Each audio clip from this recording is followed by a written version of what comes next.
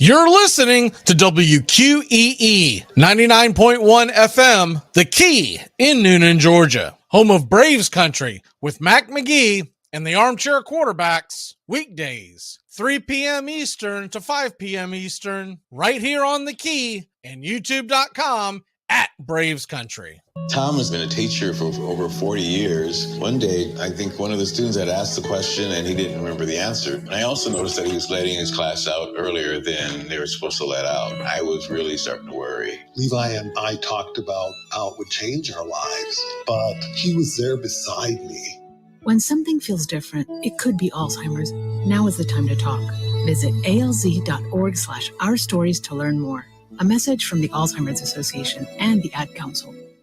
Hey folks, this is Mark White with The Mark White Show, and you can tune into The Mark White Show every Saturday from 11 a.m. to 12 p.m. right here on Rock 99, WQEE The Key, the home of Southern sports and talk. Are you looking for a reliable dental practice that not only cares about your teeth, but is friendly to work with? How about one that offers great deals and new patient promotions? Well, your search is over. Most Valuable Smiles in downtown Eatonton, Georgia is committed to giving you the biggest and brightest smile. Right now, get a $99 new patient special, including x-rays and exam. Maybe you're looking for veneers. Most Valuable Smiles veneer special includes one free veneer with every 5 purchased. Or get that bright white smile you've always wanted by taking advantage of an exclusive $100 off Zoom whitening treatment when you book today. And don't forget that 2022 is almost over. That means most insurance policies will reset by the new year, and to avoid losing that extra money, you need to use it or lose it. Book an appointment today with Most Valuable Smiles in downtown Eatonton to lock in these exclusive deals. Call 706-623-0318 or visit mostvaluablesmiles.com. Enjoy sun-drenched days, epic stays, and plenty of room to roam in Greater Fort Lauderdale. Our hotels, attractions, and restaurants have taken the Visit Lauderdale's Safe and Clean pledge so you can relax and explore with confidence. When you're ready for that well-deserved staycation, our 23 miles of golden beaches await. Find wide-open spaces to hike, bike, kayak, and paddleboard. Visit your favorite attractions, then dine out in style in dining rooms or al fresco on waterfront patios. Learn more at sunny.org. It all starts with just one thing. When recycling, rinse out jars and cans, and avoid recycling wax paper or paper soiled with food. This will reduce recycling contamination. Find tips and more at onethingus.com. What's your one thing? Hey sports fans, The Key has a brand new show. Braves Country is coming your way weekdays 3 p.m. Eastern to 5 p.m. Eastern. Drive time on WQEE. Braves Country is a Southern sports talk show with Mac McGee and the Armchair Quarterbacks. We'll be talking the Atlanta Braves and Major League Baseball, along with everything important to sports fans in Braves Country. The SEC, ACC, Big Ten, and the National Football League, and the big sports news of the day. That's Braves Country with Mac McGee and the Armchair Quarterbacks. Weekdays, 3 p.m. to 5 p.m. right here on WQEE The Key, 99.1 FM, and simulcasting on youtube.com/at Braves Country.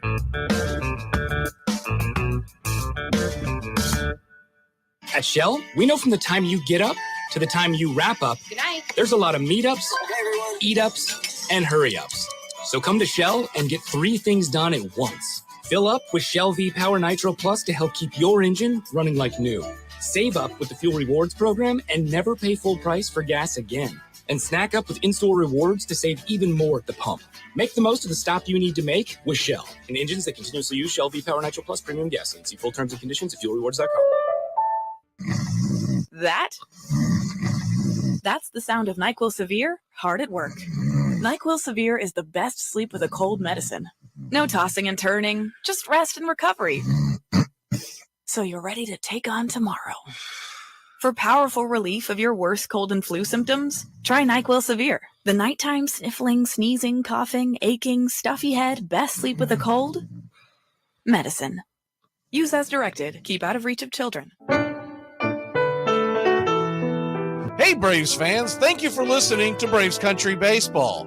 Hi, I'm Mac McGee, and we are here to bring you play-by-play, pitch-by-pitch of your Atlanta Braves and bringing you spring training and 2 to 3 games a week all season long. Please like and subscribe today. Braves Country Baseball.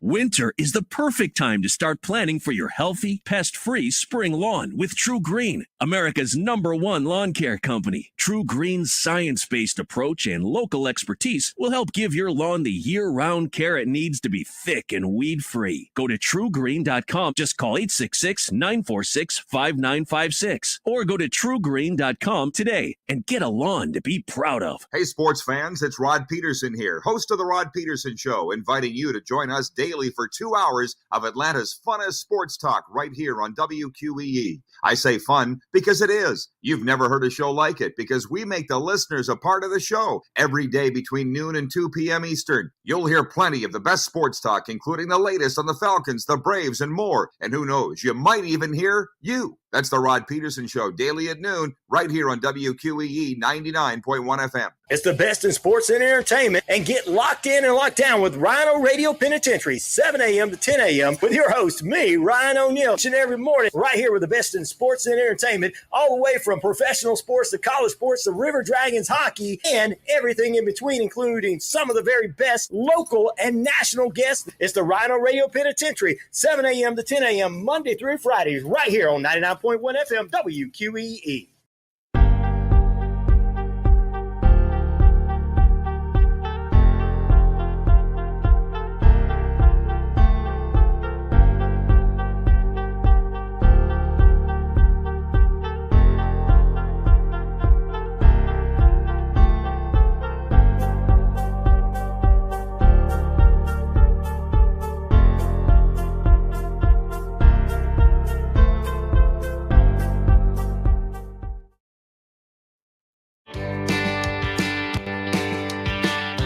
Hey, sports fans. Weekdays, 3 p.m. Eastern to 5 p.m. Eastern. Drive time on WQEE. Braves Country is a Southern sports talk show with Mac McGee and the Armchair Quarterbacks. That's Braves Country with Mac McGee and the Armchair Quarterbacks. Weekdays, 3 p.m. to 5 p.m. right here on WQEE 99.1 FM. You're listening to WQEE 99.1 FM, The Key in Noonan, Georgia. Armchair. You're listening to the Armchair Quarterbacks Sports Radio, #1 sports station. Good afternoon, and this is your Armchair Quarterbacks Sports Flash.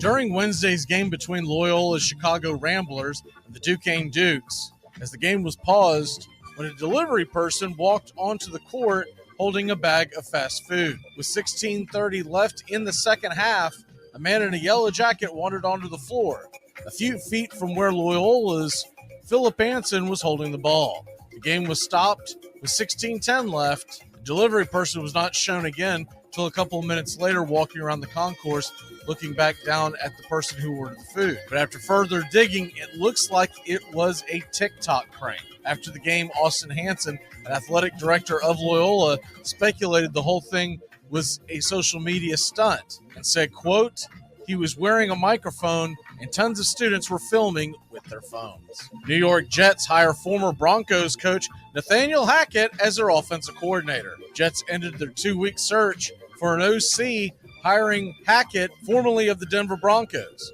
a move that will fuel the speculation even more about an Aaron Rodgers trade to the New York Jets. Lars Nootbaar and Masataka Yoshida joined Japan's World Baseball Classic roster. Japan completed naming its 30-man roster on Thursday for the WBC, which includes Nootbaar and Yoshida of the Cardinals and Red Sox, respectively. Japan announced its first 12 members earlier this month that included Shohei Ohtani of the Angels and San Diego Padres pitcher Yu Darvish. Apple TV announced this morning that they are going to carry all of Japan's World Baseball Classic games here in the U.S. Fairly busy night on the hardwood tonight in the NBA on TNT at 7:30 Eastern. The Knicks are at the Celtics. Boston, 8.5-point favorite. They'll conclude that doubleheader at 10 Eastern as the Mavericks are getting 1.5 at the Suns. Other games of interest, Nets host the Pistons,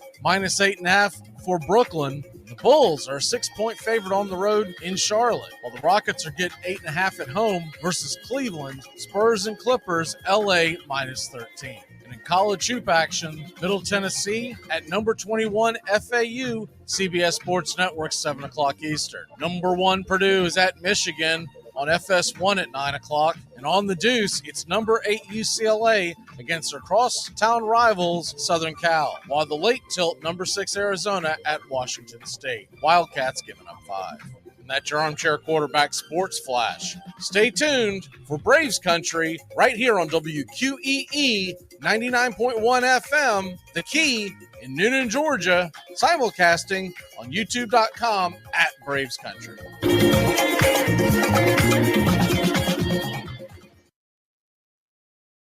Armchair. There's something kind of about a kid that's never played baseball. We have been hoodwinked, bamboozled, and flat out deceived. Why did you get so drunk? You got drunk. I'm just really exhausted. What's in that cup? Armor Cokes. Do you have any idea how important this is? We're trying to save the pump. Really? This is what you're doing? This is what you're doing? Chief, what do you want to do tonight? The same thing we do every night. Try to take over the world. 106 miles to Chicago. We got a full tank of gas, half a pack of cigarettes. It's dark, and we're wearing sunglasses. Hit it. Armchair. YouTube Live. Radio station. The radio station you can call your own. Do you know what listeners like about our station? I like everything. It's always on my radio. We never stop the music, except for now, when I talk.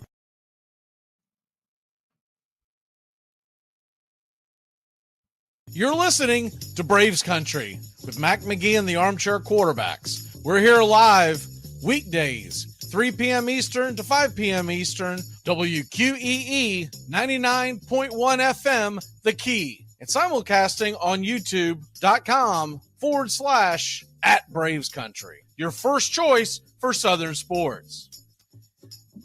Good afternoon. I'm Mac McGee, and I don't know much, but I know one thing. When you order fast food at a college basketball court, make sure you do a step up for Mickey D's. Armchair. Community Access Channel. He's the armchair quarterback. He's full of beer and he's full of snacks. The all-American man. Hey, howdy, hi, and how the hell are you on this beautiful Thursday heading into conference championship weekend? We've got so much to react to today. Steven's on the way. Joey's on the way. We've got big moves in the NFL coaching circle. And of course, we get to react to some of the asinine things that are being said out there about the Braves offseason. We'll hit off with that as we begin today. I was watching a few of the more popular outlets for their podcasts and whatnot on the Atlanta Braves offseason, and one of these chuckles was basically saying that the Braves have had a disappointing offseason, gave it a C+B- if he was feeling nice that day. And I'm just going to have to call it like I see it. He doesn't know what he's talking about. Does not know what he's talking about. Because if you're comparing it to what you think they should be spending as opposed to what's real, well, then you're way off base. If you're comparing it to what you want, you still don't know what you're talking about. If you compare it to what's real and what's actually going to take place on the field and what was actually available to them, none of these crazy outlandish trades. The Braves have had a very good offseason. A very good offseason. They're the 5-time defending champion of the National League East. They are just one season removed from the World Series championship. They have made the NLCS.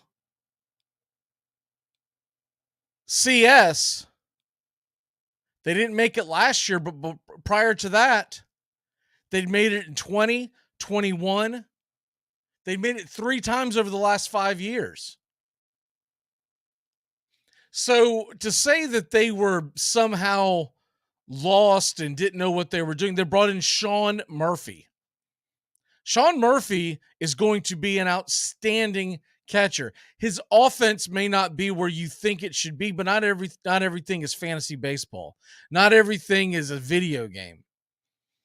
The guy can frame behind the plate. He's got phenomenal, what they call pop, which means from when the ball pops the catcher's glove to when it pops down at the second baseman's glove. He's one of the top in the game.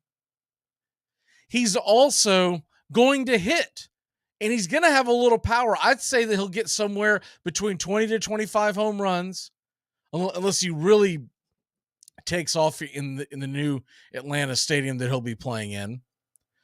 Remember, all these numbers that you're seeing him where his home run and his power numbers are not that impressive.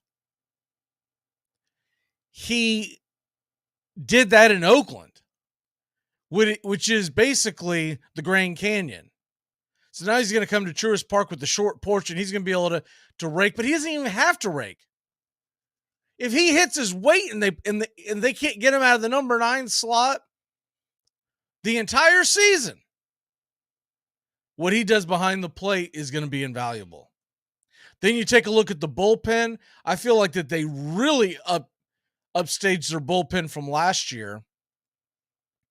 Nothing against Kenley Jansen. He's a fine closer, but I like our closing situation a little better this year.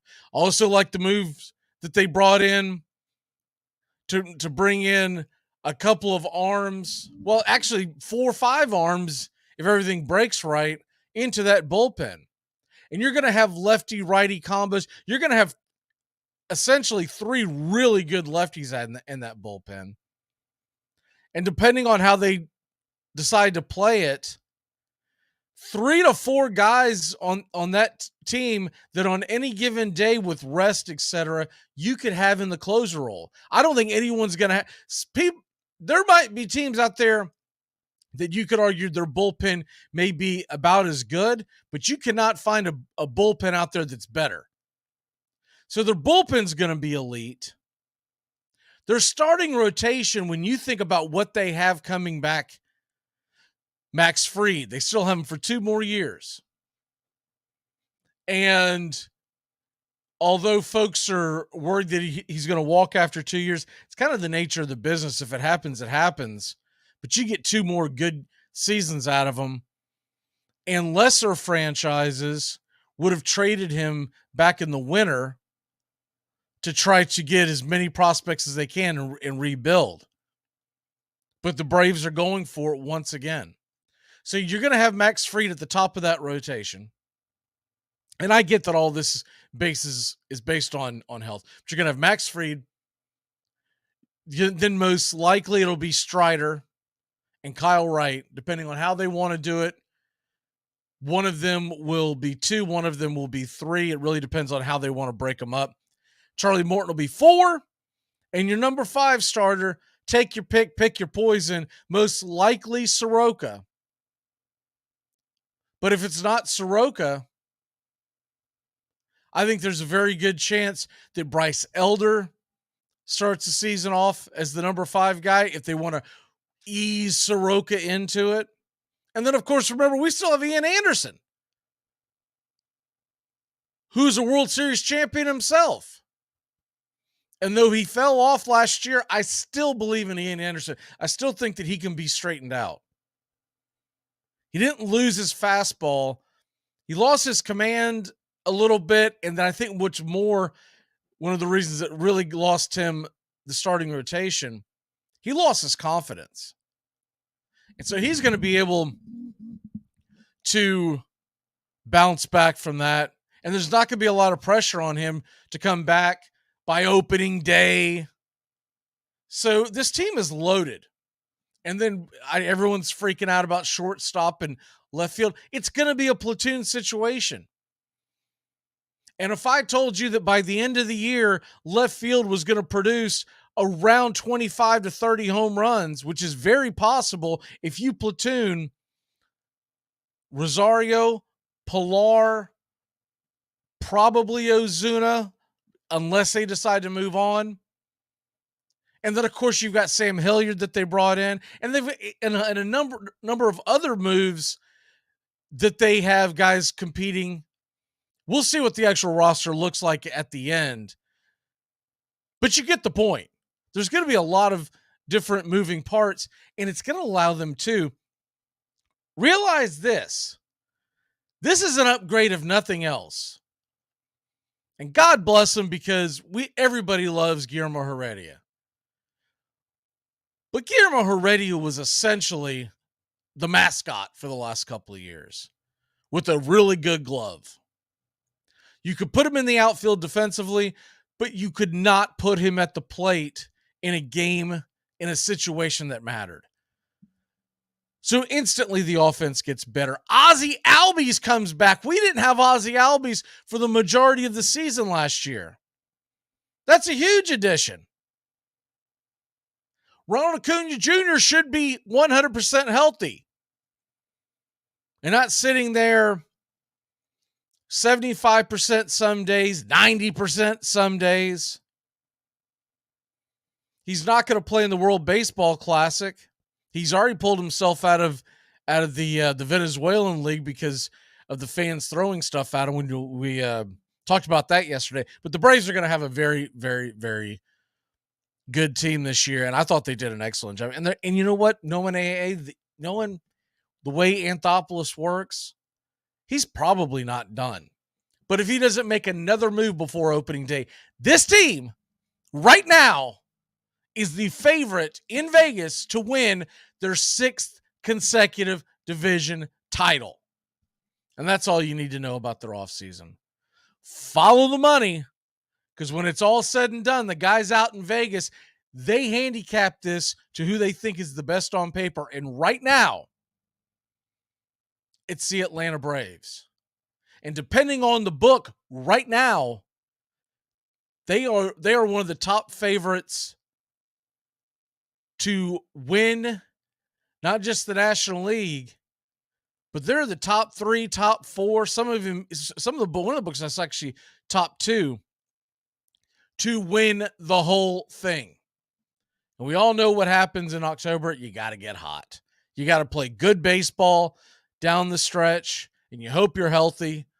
But how you get there is you win the regular season games that makes you competitive. All right, let's get into the National Football League and some of the big stuff that's going on out there. And how about the Panthers have hired Frank Reich as their new head coach? I think that is a great move. No matter who they decide to play at quarterback, whether they go with Sam Darnold or probably get someone in the draft, there is a possibility of trades. There's a possibility of free agency. But Frank Reich is the right guy to build on that franchise. I thought he did a pretty good job in Indianapolis. He was just dealing with an impossible situation with that owner. Irsay thinks he knows it all and wants to have his hand in the cookie jar, so to speak. And it was impossible for Frank Reich to get anything going. But you look at the fact that that guy had that team competitive most years. This year you throw away. But he had him competitive on most years when he kept trying to reshuffle in aging veterans at quarterback. Phillip Rivers. He was at the end of his rope. Carson Wentz. I mean, that guy was gone long before he ever came to Indy. And then they bring in Matt Ryan, who, as great as he was in his heyday, he'd lost his fastball. And then the goofy stuff where they're benching Ryan because they don't want him to hit certain things in his contract, et cetera, et cetera, et cetera. The whole thing was just a sham. It's like great job by Carolina to bring in Reich. And then also huge news out of New York. The New York Jets hired Nathaniel Hackett, as their offensive coordinator. And why is that big? Well, a lot of the naysayers are going to say, well, that's terrible. He couldn't get it done in Denver. Well, he couldn't get it done with Russell Wilson, who is beyond repair.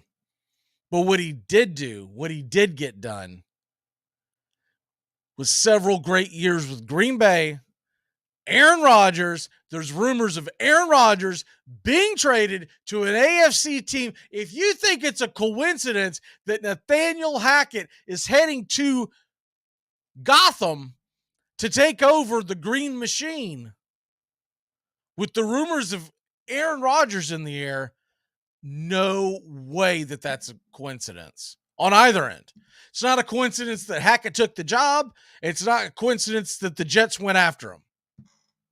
So that's what we have going on here today on a unbelievable busy Thursday here in late January, getting ready for the NFL, the NFC, AFC championship games. We're going to step aside for a second, collect our breath, collect our thoughts, bring Steven in. He's going to talk about some prop bets and much, much more. Keep it locked in here on The Key and Braves Country HD, wherever you stream. Let's go, people. We've got ourselves one heck of a busy day. Keep it locked in here on 99.1 FM. WQEE and Braves Country HD, wherever you stream. Hi, it's Jamie, Progressive's Employee of the Month, 2 months in a row. Leave a message at the... Hi, Jamie. It's me, Jamie. I just had a new idea for our song about the Name Your Price tool. So when it's like, tell us what you want to pay, hey, hey, hey, and the trombone goes, blah, blah, blah, and you say, we'll help you find coverage options to fit your budget. Then we just all do finger snaps while a choir goes, savings coming at ya, savings coming at ya. Yes? No? Maybe? Anyway, see your practice tonight. I got new lyrics for the rap break. Progressive Casualty Insurance Company and Affiliates. Price and coverage match limited by state. Hey, sports fans. Weekdays, 3 p.m. Eastern to 5 p.m. Eastern. Drive time on WQEE. Braves Country is a Southern sports talk show with Mac McGee and the Armchair Quarterbacks. That's Braves Country with Mac McGee and the Armchair Quarterbacks. Weekdays, 3 p.m. to 5 p.m. right here on WQEE 99.1 FM. It's time to live, laugh, and create memories again with MSC Cruises. Join us on some of the world's most modern and innovative ships. Discover again at our new private island, Ocean Key MSC Marine Reserve, named Best New Cruise Destination. Cruise the Caribbean and Bahamas from Miami or Port Canaveral. Book now with free balcony upgrades and flexible booking changes. Call your travel advisor or visit msccruises.com. Restrictions apply. MSC Cruises, a world of discovery. Hey, sports fans, it's Rod Peterson here, host of The Rod Peterson Show, inviting you to join us daily for 2 hours of Atlanta's funnest sports talk right here on WQEE. I say fun because it is. You've never heard a show like it because we make the listeners a part of the show every day between noon and 2 p.m. Eastern. You'll hear plenty of the best sports talk, including the latest on the Falcons, the Braves, and more. And who knows, you might even hear you. That's the Rod Peterson Show, daily at noon, right here on WQEE 99.1 FM. You're listening to WQEE 99.1 FM, The Key in Noonan, Georgia, home of Braves Country, right here on The Key and YouTube.com at Braves Country.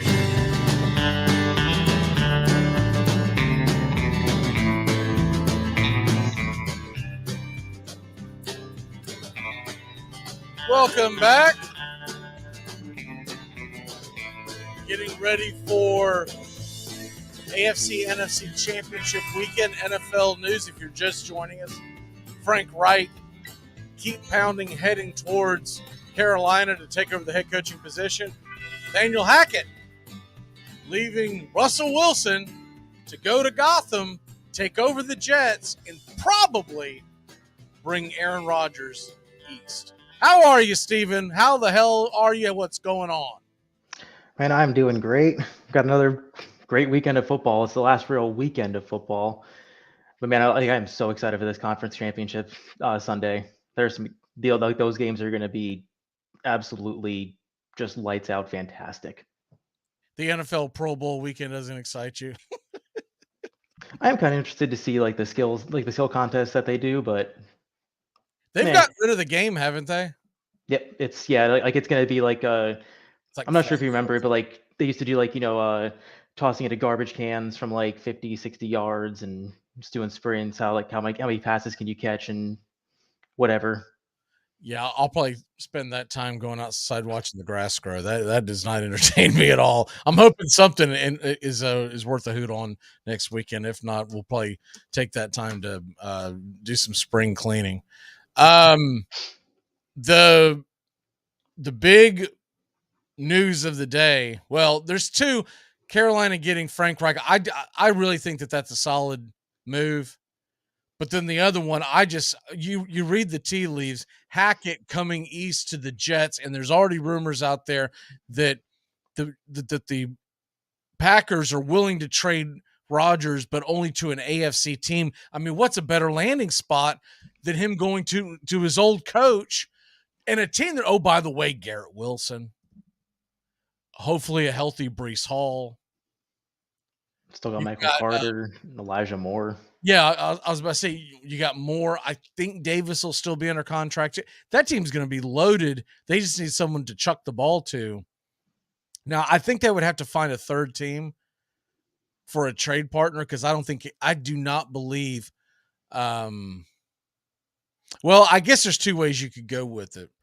You either send Zach Wilson packing in some part of a trade, and obviously he wouldn't be going to Green Bay because Green Bay's not going to bring him in, compete with Jordan Love and start that just nightmare of a press angle. You could, in theory, I was thinking about this right before we went on the air because when the news broke about Hackett, what if you either package Mike White to go to Green Bay to back up Jordan Love, but both of them have had an injury history. So why not have the two of them just spell quarterback, right? Or you could send Mike White elsewhere in a 3-team trade with Zach Wilson sitting on the bench the next couple of years, learning the craft.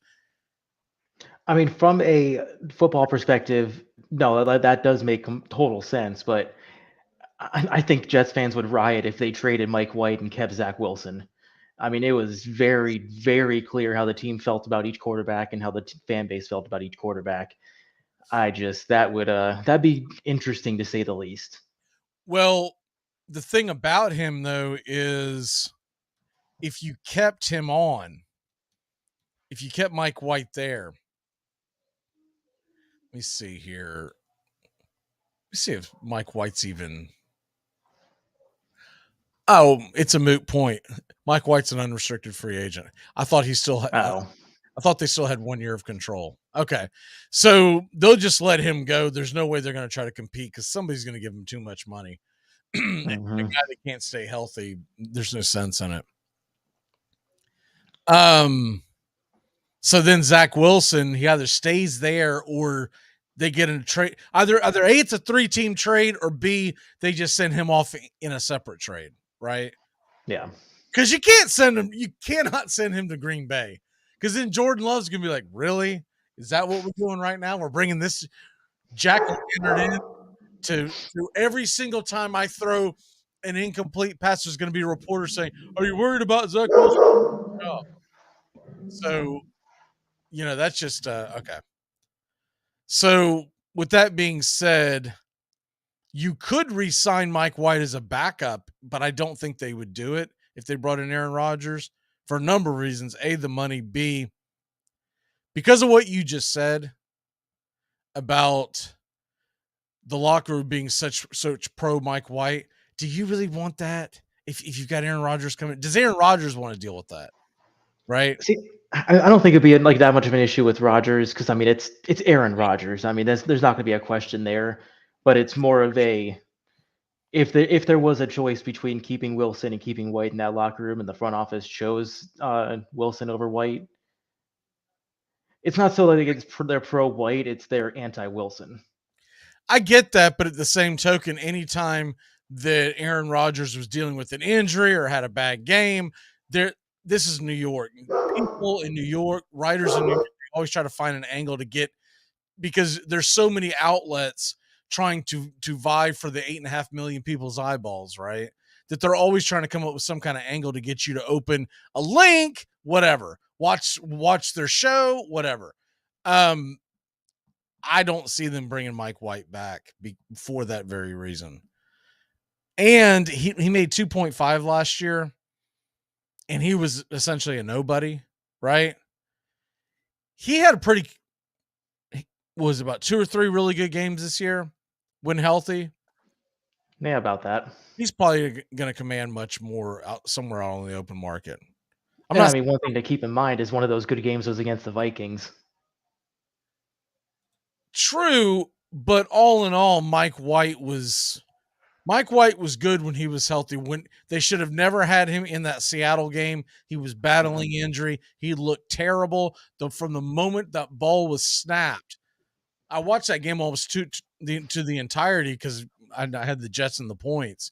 And as soon as the ball was snapped, and I was like, this is not the same guy. He's wincing after every throw. They shouldn't have put him out there. Yeah. So I think he's going to go somewhere. Either A, he's the assumed starter, or he has a very good chance of getting the starting gig. And I mean, honestly, a great landing spot for him would be somewhere like Tennessee, right? That's exactly what I was thinking. I was going to ask you, like, how he would fit in there. If you're going to cut ties with Tannehill, and it's going to cost you, I think we looked it up yesterday, it was 14.5 off the cap. Oof. Which is better than paying him 32, 30, or I think it's right at 35.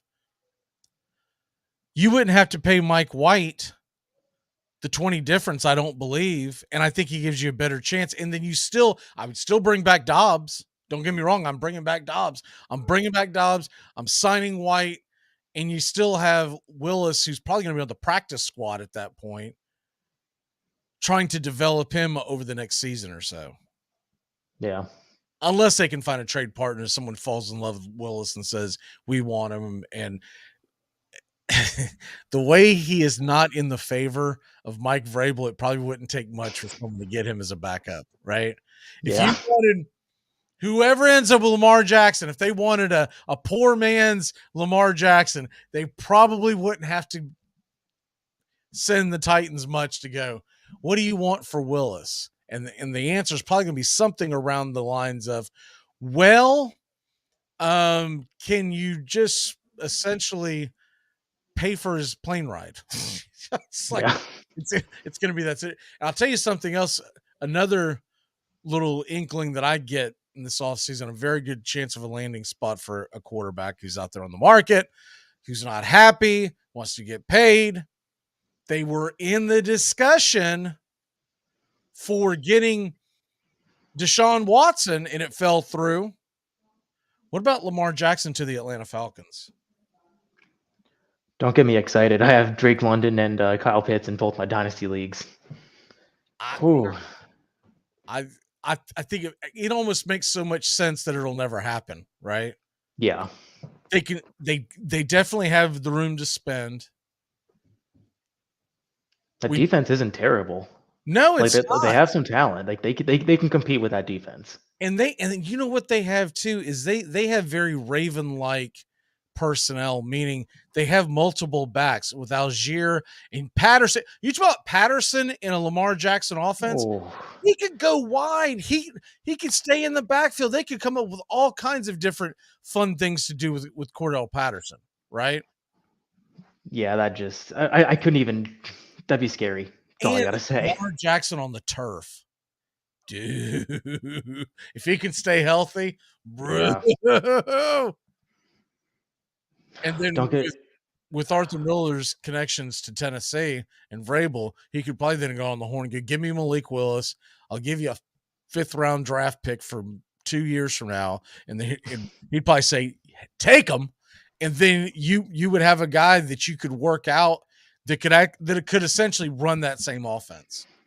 when he's hurt. Yeah, just kind of like in the same vein that Tyler Huntley's doing right now. Yeah, exactly. It makes so much sense. These types of things never happen. It makes so much sense. And I'll tell you something else. You know who is suspiciously quiet? And then we'll get to the DFS. Sorry, I'm on a roll today. You know who is suspiciously quiet this week? Considering the fact he's never quiet. He's always on local media. He's always talking about the future. The last time this guy was suspiciously quiet is when he brought in a new coach. Where has Jerry Jones been? He hasn't come out and said McCarthy's our guy. You got Michael Parsons over there throwing Dak Prescott under the bus. Yeah, it is not pretty out there. Where has he been?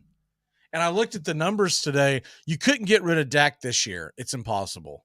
Yeah. Like an 89 or 88 or 89 $million hit against cap or dead cap. You can't do that. You have to ride with Dak, right? Yeah. But where is Jerry Jones? And to that same point, where is Sean Payton? Are they on the same yacht? Yeah, I mean, it's drinking Mai Tais near the Fox studio. I don't know where he's going, but it's going to be a massive package for Sean Payton. And the Cowboys would do it because Jerry knows that if he wants to see a Super Bowl before he kicks it, this is probably his last ride. Yeah. And let's be honest, Peyton could get in there for 1 year and tell him, we can make it work with Dak, or, man, we got to go a different direction because next year there's an out to get out of Dak's contract. See, I mean, like the biggest thing for Dallas that would help them is, I mean, like obviously to help everybody, but getting like really securing that home field advantage because I mean, just they're not good on the road. They went into San Francisco and didn't really look that competitive. I really don't think if they would have won, they would have. Do you really think them going into Philly in the cold last year in Dallas in the playoffs? So, yeah, and McCarthy 0-4 now against San Fran. Any way you look at it, there's something going on. Like just Kellen Moore has been out interviewing for coaching jobs, head coaching jobs. I don't know why anyone would hire Kellen Moore, but he's been out there. And you haven't even seen, normally, man, you get these sound bites from Jerry Jones who wants to be in the middle of it all. What is going on? That's all I'm saying. Definitely is fishy. All right, let's go ahead and get into the DFS for this week. Gonna go ahead and I got this thing set up, ready to rock.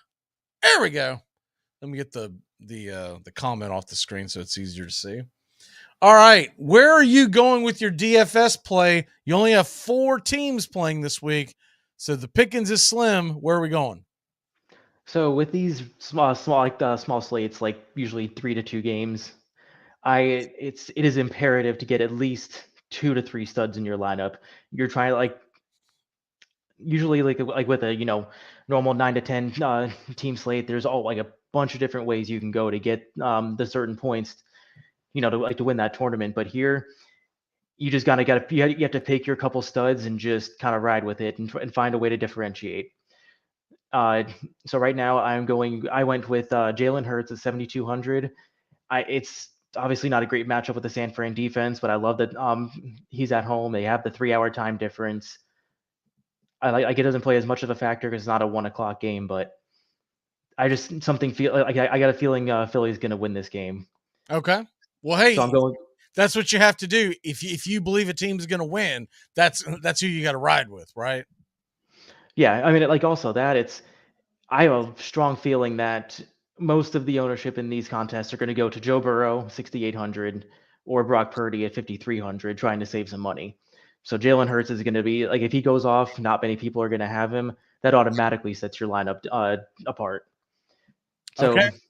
What else I paired him with AJ Brown, 7,000. All right. So you got Brown and Hurts.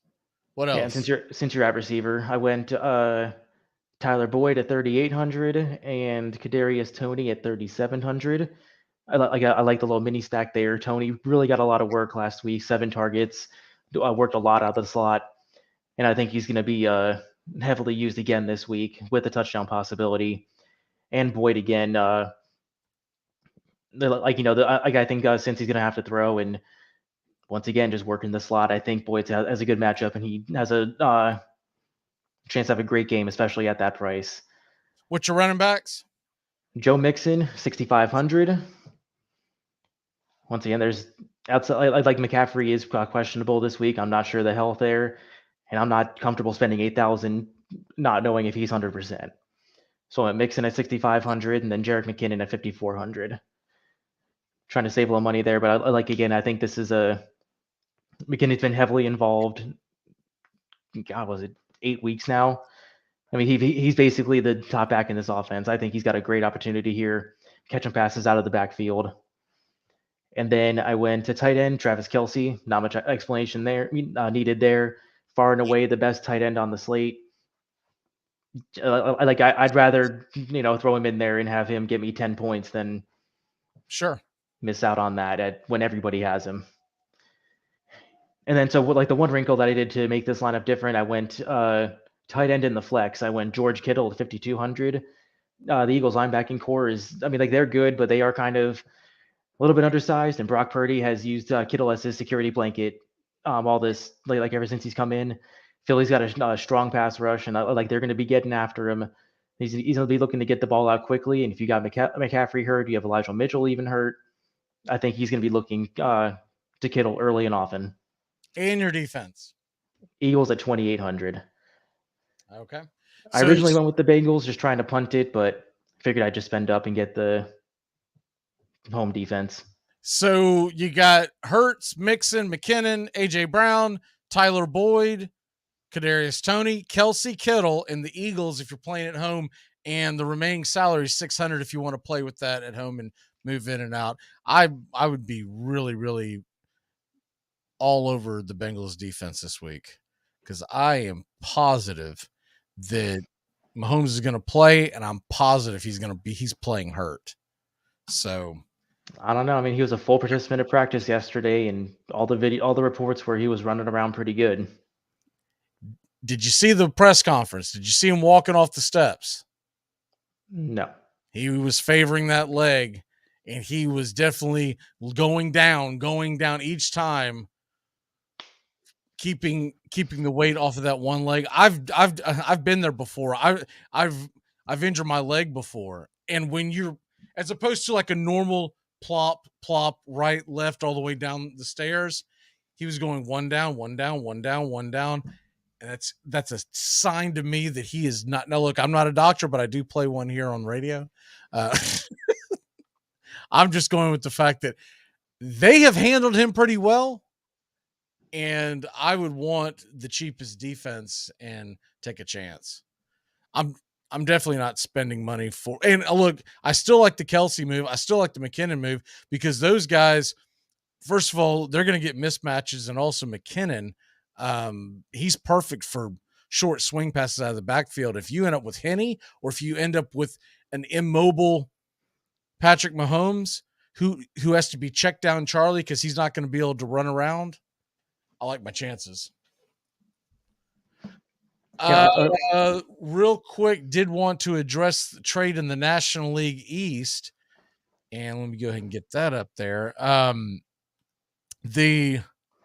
For folks that may not be 100% familiar with these guys, the one thing I like about this trade, it's one of the few trades in the offseason that we got names that we didn't have to Google, right? You got Pablo Lopez and Luis Arias. Both of these guys are frontline guys. You're not going, oh, who's this guy?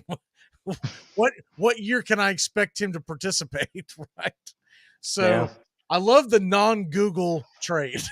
So tell me some things that you are hearing out of Miami about what they're going to do with not just where they're going to put areas, but also how the rest of the lineup is going to go. So right now, the initial concern coming in with Arias being a short second baseman, that Jazz Chisholm, who plays second base, that there was going to be some kind of conflict and they were going to have to find another place for Arias. which if they did that, he would eventually gone to first, which would have shifted the whole outfield, and it would have just caused a huge mess. So Jazz Chisholm actually went and volunteered. He's going to take over in center field this year. I mean, he definitely has the athletic ability to do it. He has the speed for the range. He's got the arm. And I mean, like him being able to do that allows Arias to slide in at second, keeps Jesus Sanchez at DH because he's not really that good of a fielder. So he kind of we're able to hide his glove, but still keep him in the lineup. I like what the Marlins are doing. Move, and I'll tell you why. On Jazz Chisholm's part, when he becomes a free agent, typically you make more money at center field than you do at second base. Exactly. So, and you can extend your career. Now, yeah, you're going to be running a lot, but there's less banging. It's not quite as detrimental as it used to be back when you had collisions at second trying to turn the double plays, but still outfielders tend to have much longer and less injury prone careers. And so, yeah, look, if he can play it and there's nothing that makes me think he can't play it, I think it's a brilliant move. I saw the quote where he said, I'm going to go out there and win the Gold Glove. That's great, but you don't have to do that. You just said, as long as you're not a liability out there, it'll be fine. No, of course he doesn't have to do it, but I mean, like if you're a player, why? I mean, are you going to say anything else? Like, oh yeah, I'll go out there and I'll do my best, coach.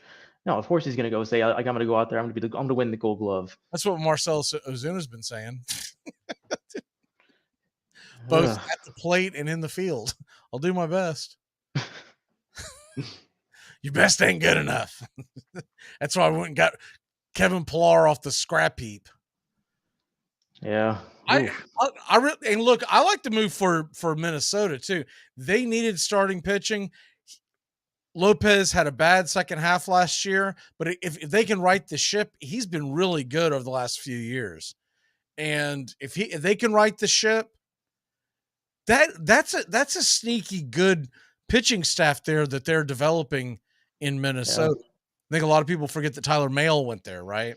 And so you've got him, you've got Lopez, you've got a pretty deep. I don't know if they have an ace per se, but they got a lot of guys that you could argue are number 2s and number 3s across the board. I mean, I think right now their intention is Sonny Gray's the ace. Once again, I don't know if he's an ace. Yeah. And when I'm not saying I don't think he's an ace, but he might be their number 1, but he's not an ace. Ace to me, there's very few in major leagues, and you can still win without an ace, right? Yeah. There's probably 5 to 6 per league when you think about aces. You can still win without an ace. I mean, in theory, the Marlins have had at least 2 aces on their team for the past 15 years, and look where that's gotten them. Yeah, I was also sitting here trying to think of the teams that went to the playoffs last year who doesn't have a quote-unquote ace. It depends on how you would define it. But do you consider Aaron Nola an ace? No, but Zach Wheeler is. Zach Wheeler is a beast. No, I think he's. I think Aaron Nola is a 2. He would be a 1 on a lot of teams, but he's not an ace. But he's a 2, maybe 3 on bad days.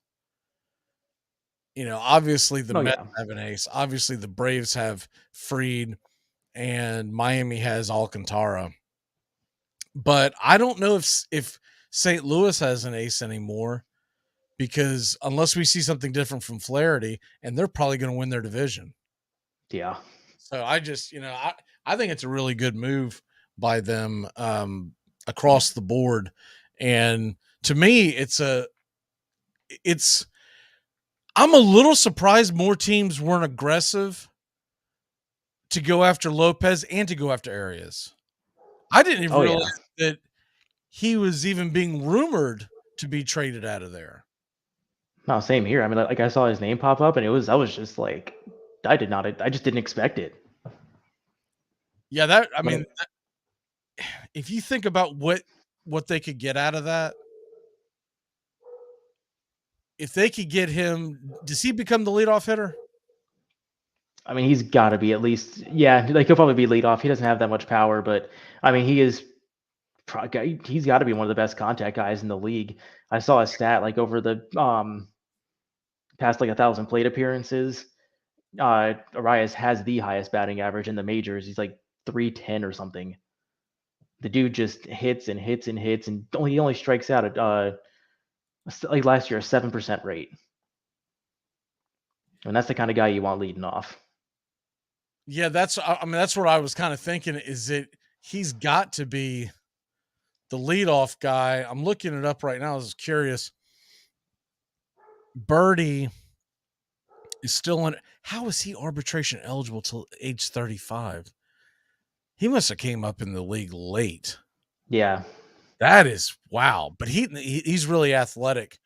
You either put Arias as the number 2 guy and still let Birdie lead off, or you push Birdie all the way down at the bottom of the lineup, and when he gets on with Luis coming up and Chisholm, etc., they could be off to the races. Oh, and Birdie's not even projected to be a starter. So right now it's Gene Segura at third and Joey Wendell at shortstop. You wouldn't think that Birdie would get a lot of at bats at DH? Maybe every now and then, but it's going to probably be Jesus Sanchez. Just because he has that just raw power. Like you have Sanchez, you have Jorge Soler, JJ Bleday to fit in that lineup.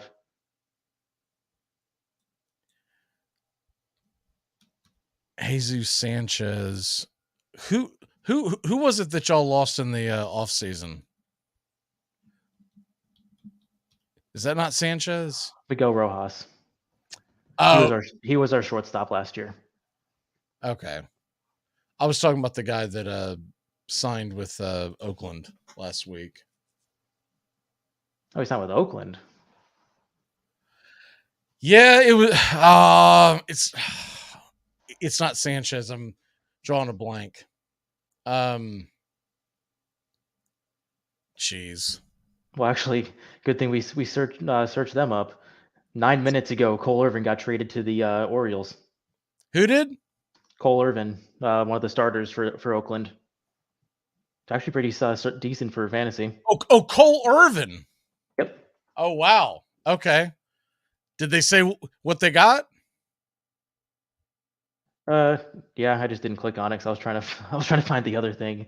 Oh. Let's see. Because to me, that's pretty interesting.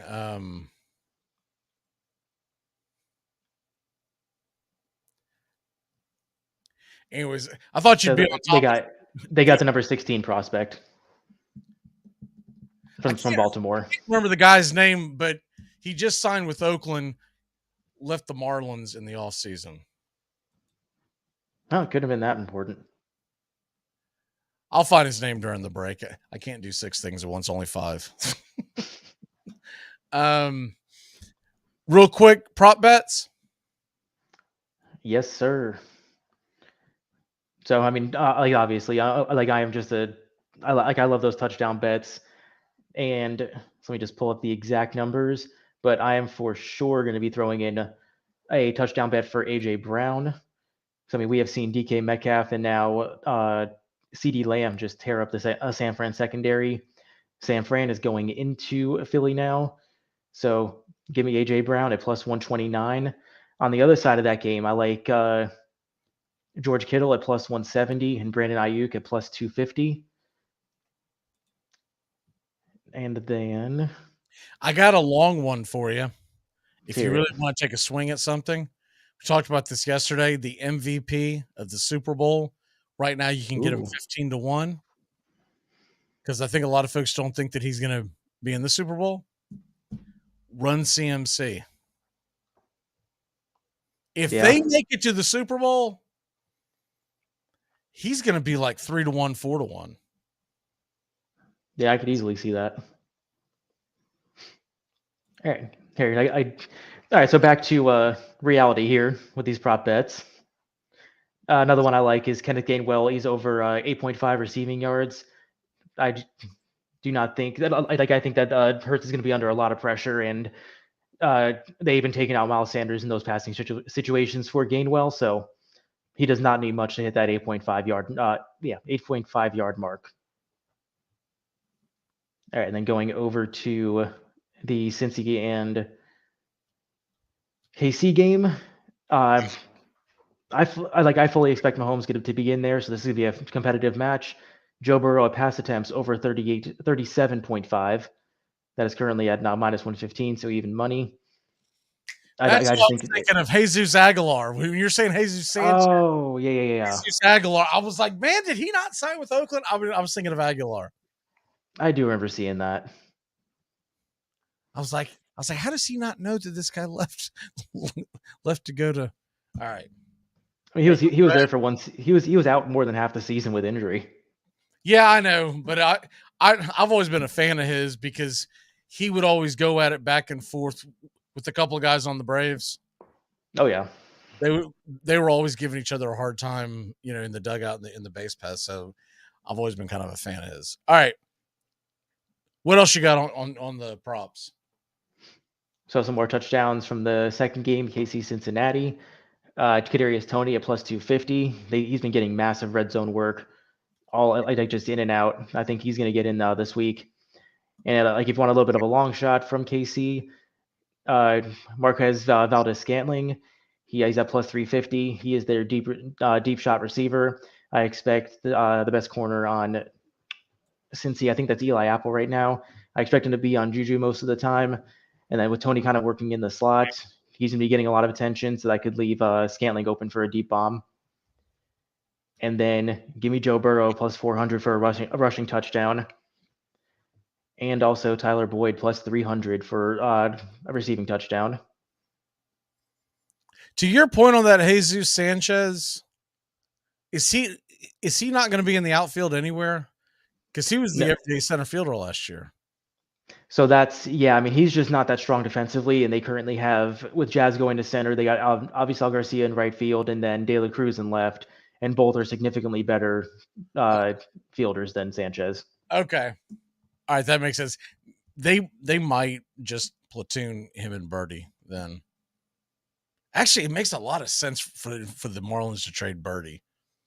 Yeah. I mean, the thing with Birdie and even Joey Wendell is they've done a good job at getting these super utility infielders that can play all over. And so having a lot of those guys, you can kind of mix and match and always, barring health, have one of those guys in your lineup. Right. I'm just saying that you can't imagine that they're going to sign him as a free agent in a few years, right? Because he's going to be mid-30s. He is mid-30s. If I'm the Marlins and I don't think he's going to play every day, I bet you there's a team out there that would give up at least a couple of decent prospects for him. Maybe. I think that would have to be more towards the mid-season if, once again, the Marlins are not competitive. Because, if nothing else, you've got, his speed alone, the guy is he's a pain in the butt is what he is. I think he's top 1% of of a sprint speed. He can fly. When I first really noticed him a couple of years ago, I was shocked how old he was. 33. All I could think, I was like, why did it take him so long to get to the majors, man? This guy, he can play. Anyways, that's neither here nor there. That's just one of those things where, you watch too much of a sport and you start becoming a fan of random players. I'm a John Birdie fan. I like watching the guy play. I can't tell you how many prop bets I've taken on him over the past couple of years on how many bases he will eclipse that day. Because I'm like, man, he just gets one in the gap. He's going 3. Sanchez is really good though too. He's always got him and Aguilar. I don't get them confused when you put them side by side because there's about 150-pound difference, but just the name. What is your walk-off for the day, sir? It is going. You think Cincinnati is going to be blowing out KC? I think it is going to be a shootout. 2 other bets I did not get to mention. If you want to take Jamar Chase on the over at receiving yards. That has at 84.5. But actually, like one thing I'm doing is I'm boosting it. He has just destroyed Kansas City in nearly every game he's played against them. Taking him at basically over 100 yards receiving is a plus 150. And I love the odds there, and I think he's in a great position to do it again. Yeah, I don't know if I believe they're going to blow him out, but I do believe they're going to win.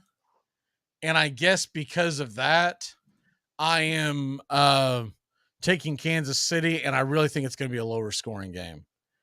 Everyone thought Buffalo and the Buffalo was going to be able to roll all over Kansas City's defense. I mean, Cincinnati's defense. Well, they scored 10 points. I just don't think it's going to be a very high. I don't think it's going to be as high a score because, first of all, I feel like Kansas City's going to have a very conservative game script, and it's going to be chuck and duck, chuck and duck, chuck and duck. And if they had a Tyreek Hill, it could be an evener, but I don't think that's going to be there. And conversely, I think Cincinnati's going to be able to move the ball, control the game, and I'm just saying I'm not convinced Patrick Mahomes is going to make it to the end of the game. Well, I mean, Vegas is feeling the opposite. Like, what was it, +2? Casey was +2 the other day. I'm seeing them -1.5 now. Kansas City is? Kansas City is -1.5. It has swung back, and the Bengals are underdogs. That's from the reaction. I'm actually seeing it even as a pick 'em, but that's from the reaction of the Mahomes practicing. But man, I'm telling you, it feels like a smokescreen. I'm not saying he's not going to play. I just don't think he's going to play well. All right, brother. We'll see you next time. We've got Joey on the way. We'll be back in a flash here on Braves Country HD, wherever you streaming, 99.1 FM. The Key. When we come back, we're going to get into some NFL and into some Major League Baseball talk. Keep it locked in here on 99.1 FM. The NFL playoffs are back, and that means the Armchair Quarterbacks kickoff show is back. Join Mac McGee and the Armchair Quarterbacks Conference Championship Sunday and Super Bowl Sunday, 1 p.m. Eastern to 3 p.m. Eastern, to get you ready for the biggest games of the year. The Armchair Quarterbacks will be talking the spreads, prop bets, over-unders, stupid underdogs, and the locks. That's the Armchair Quarterbacks kickoff show, streaming right here on Braves Country HD and our radio affiliates.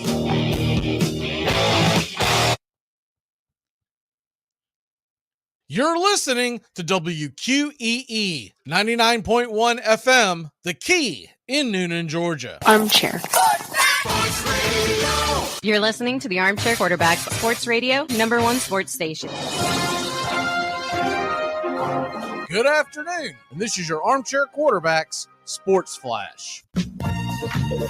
During Wednesday's game between Loyola's Chicago Ramblers and the Duquesne Dukes, as the game was paused when a delivery person walked onto the court holding a bag of fast food. With 16:30 left in the second half, a man in a yellow jacket wandered onto the floor, a few feet from where Loyola's Philip Anson was holding the ball. The game was stopped with 16:10 left. The delivery person was not shown again until a couple of minutes later, walking around the concourse, looking back down at the person who ordered the food. But after further digging, it looks like it was a TikTok prank. After the game, Austin Hansen, an athletic director of Loyola, speculated the whole thing was a social media stunt and said, quote, he was wearing a microphone and tons of students were filming with their phones. New York Jets hire former Broncos coach Nathaniel Hackett as their offensive coordinator. Jets ended their 2-week search for an OC, hiring Hackett, formerly of the Denver Broncos.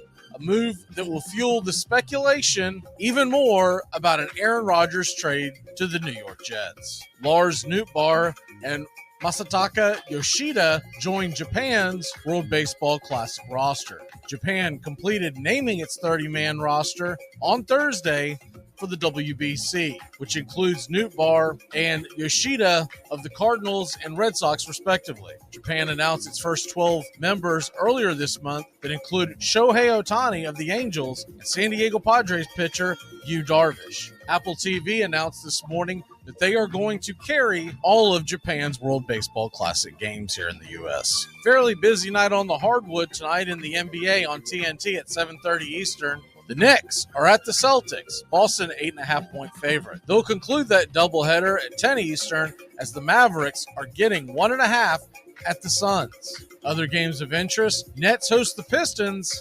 -8.5 for Brooklyn. The Bulls are a 6-point favorite on the road in Charlotte, while the Rockets are getting 8.5 at home versus Cleveland. Spurs and Clippers, LA, -13. And in college hoop action, Middle Tennessee at number 21 FAU, CBS Sports Network, 7 o'clock Eastern. Number 1 Purdue is at Michigan on FS1 at 9 o'clock. And on the Deuce, it's number 8 UCLA against their crosstown rivals, Southern Cal. While the late tilt, number 6 Arizona at Washington State. Wildcats giving up 5. And that's your Armchair Quarterback Sports Flash. Stay tuned for Braves Country right here on WQEE 99.1 FM, The Key in Noonan, Georgia, simulcasting on youtube.com at Braves Country.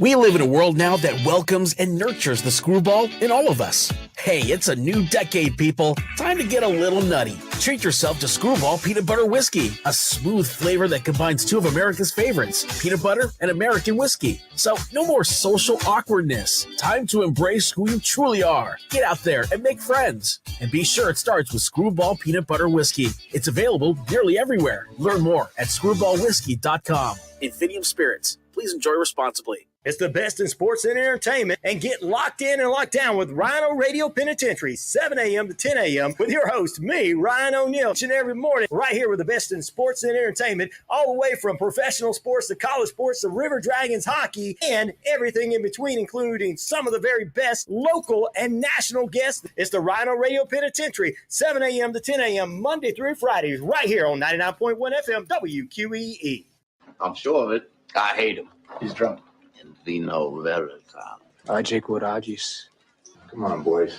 We don't want any trouble in here, not in any language. That's Latin, doll. Evidently, Mr. Ringo's an educated man. Now I really hate him. Well, the season's finally here, and the players hit the field, and every man feels like a boy, and every wife could kill. He's been flying here since August, running hot, running cold, and 30 friends are on alert. Joining us is Mr. Joey Ariola. Joey, how the hell are you, my friend? We're getting a little bit of snow over here in the Midwest, but besides that, just trying to enjoy it until we get to Sunday, to where I think we have I mean, obviously my memory sometimes lacks, but I think this might be one of the best conference championship weekends in a long time with the 4 teams we have left. Should be. We'll see what happens with Mahomes. I know you believe that they're marching on, that the Chiefs are going to the Super Bowl. I do not. I don't know why I'm in the minority on this show, but I believe that it's going to be Bengals. I still haven't figured it out. I want to do a couple things research before our show on Sunday on the NFC side, because there's a lot of strong arguments, but I try to block it all out the day we do the show, and I actually pull up the statistics and block out all the noise, as opposed to people sitting up there pounding the desk and saying it's this, it's that. You never know who their fan base is and if they're just trying to appease them. So I'm also look, I still need to see more of a confirmation that Mahomes isn't just out there playing hurt. And, you know, there's been so many athletes come out this week talk about how hard it is to come back from a high ankle sprain, and they have not said it's a high ankle sprain, but his name's escaping me right now. Adam Schefter reported it as so the morning after. But since then, they have not referred to it as a high ankle sprain.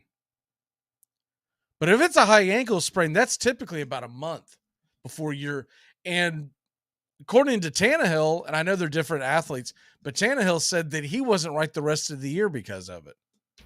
Yeah, I mean, that if it is a high ankle sprain, which will obviously limit his running, thank God he still has that rocket arm. But again, you saw last week, to a point against where he just couldn't even, not only about getting those 10 to 15 yards on a scramble play, he couldn't even get out of the pocket to avoid many sacks. So if I'm the Bengals, regardless of what Chiefs say injury-wise, I'm attacking him with the front four and hoping they can get there, because if you're not going to get him moving too much in the pocket. If your front four could stay home and get there in a reasonable amount of time, the Bengals are going to have a good day with sacks on injured Mahomes. That's why like my favorite bet of that game is not necessarily taking the Chiefs or the Bengals. It's taking the under. Because it's not like the Bengals really want to get in a flat out shootout. They want to control the tempo of the game. They want to keep the ball away from Mahomes and company. And then when Mahomes does get the ball, they want it to where he feels like he has to almost go for it for fourth down every time, right? Yep. And before I see it hitting over 40, I want to say the over under now is like around 46, 47.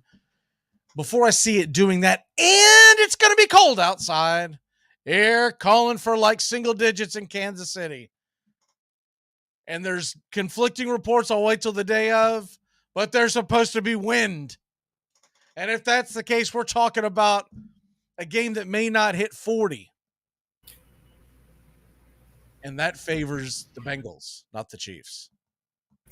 Yeah, and like last week, Buffalo, the big talk is there. It's like when they have snow games, I saw the statistics. They don't usually win those in Buffalo with that offense. They got to figure it out. Obviously, we know Cincinnati has came into Kansas City a couple of times recently and beat them. So all the signs are pointing to Cincy. I'm surprised more people on the show are picking Chiefs, because it seems to me everyone's riding that Bengals. I know you've been on them for a while, but a lot of people are riding that Bengals wagon right now. By the way, have you seen this? Oh, dear. What do we got? Pull this up. Yeah, here we go. I'm sure you probably have, but I don't know if everybody's seen this. Have you seen this happen last night in the college basketball game? I'm going to go ahead and hit play on this. So this is have you seen this? Yes, sir.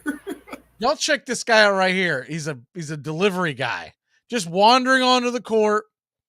Looks like he's got a bag of food. There's a game going on, by the way.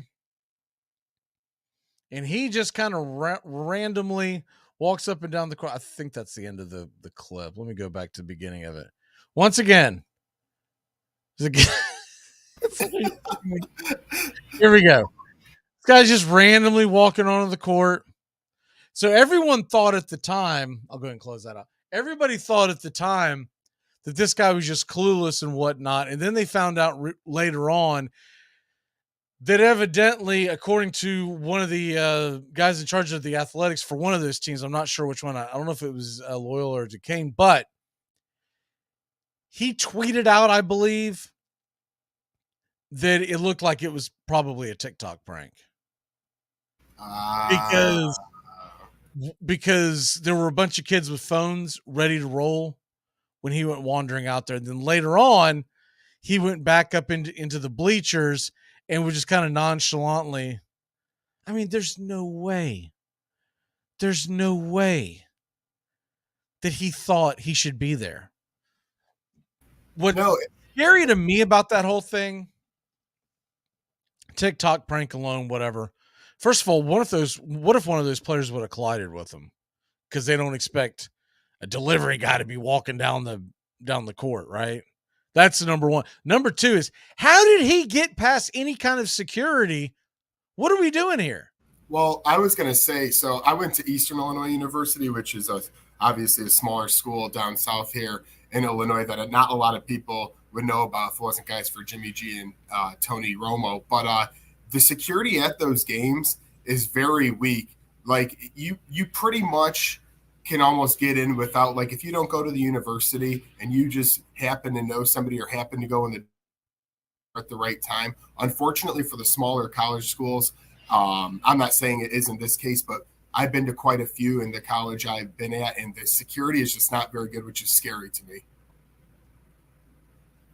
Obviously, it was a joke this time. And here's the thing. Those two schools, they're not Big Ten. They're not SEC. But they're not exactly lower-level high school schools either, right? Right. You got to have one guy, one Barty Fife who can load the silver bullet in there in time. Give a guy a taser. Get a guy who wants to watch the game for free, clock him in, pay him $50 to $100 that day, give him a taser, and let's go. Throw a yellow jacket on him. All you get is throw a yellow windbreaker. He'll look official. I'm just putting it out there. We haven't seen it in a while, but this is heading to like the Monica Seles thing. That might be a little bit before your time, but she was a tennis player that got stabbed during a I don't remember if it was one of the majors. I can't remember if that was Wimbledon or if that was the French. Anyways, it was one of the majors. She was top ranked player in the world, and come to find out it was some psychotic lunatic who was obsessed with her.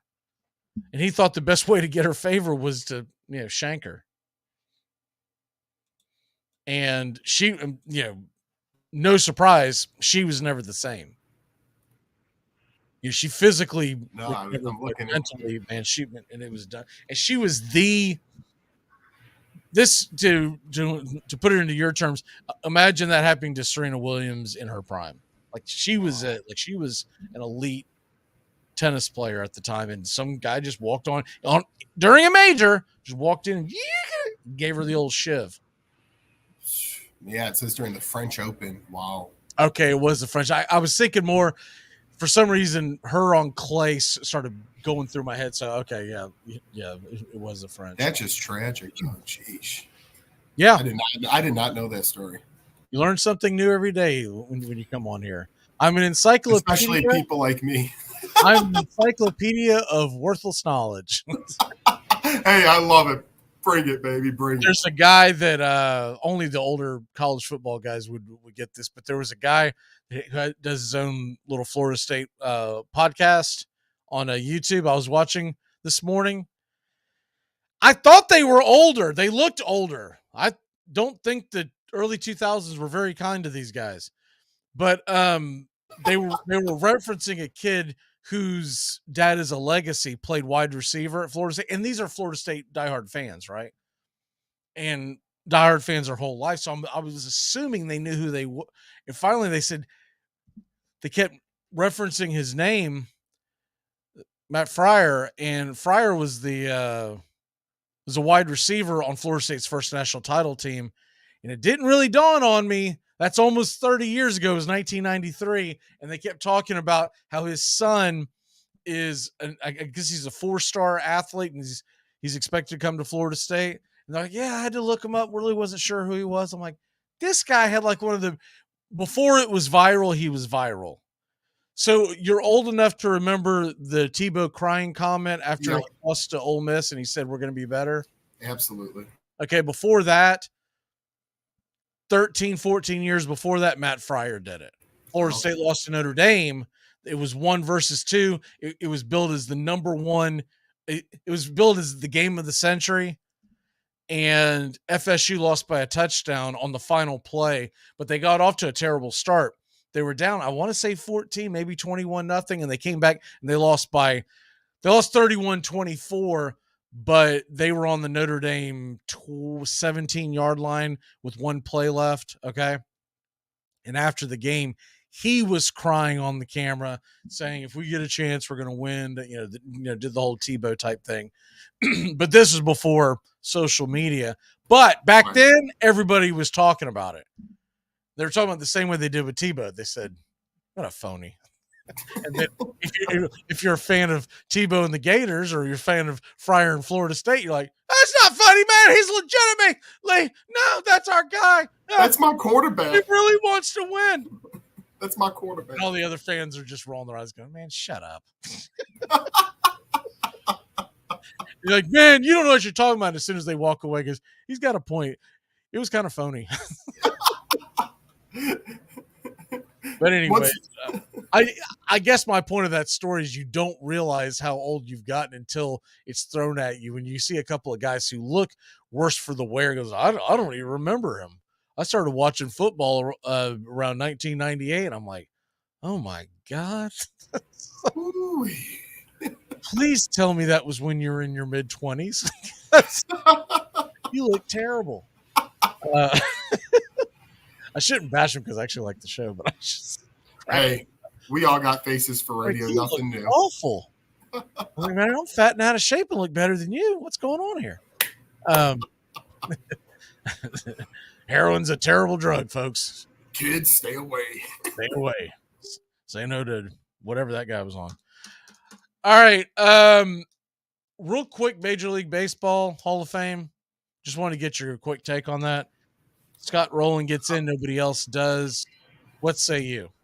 Yeah, here's my quick little synopsis on it all, and that is, Scott Rowland, great guy, really good player. Matter of fact, the guys who got close, like a Todd Helton, Billy Wagner types, great players. But if we're gonna start putting these guys in, I almost think we got to bring back up the statement of letting in some others. I just can't get how you can not have. And I know it's because of obviously steroids, but you can't have a guy like a Barry Bonds ever get in the Hall of Fame, which I understand why. But then it's starting to seem like now we're lowering the standard a little bit when Scott Rowland got in. And I hate that's not a shoot against him. I just feel like MLB has one of the strong Hall of Fames left, unlike basketball, unlike some others. And to me, this just weakened it a little bit. Yeah, I won't beat the drum again today. I gave my thoughts on it yesterday. I gave my thoughts before the vote on Tuesday, because I had heard that there was a good chance he was getting in and that he may be the only one that gets in. And if he is a Hall of Famer, I just want them to explain to me one thing. 6 years ago, when he was first on the ballot, he got 10% of the vote. What changed between 6 years ago and Tuesday night that he would go from 10% of the writers thinking he was a Hall of Famer to 76% of the writers thinking he was a Hall of Famer? Because as far as I know, in those past 6 years, he didn't get another base hit. He didn't win another Gold Glove.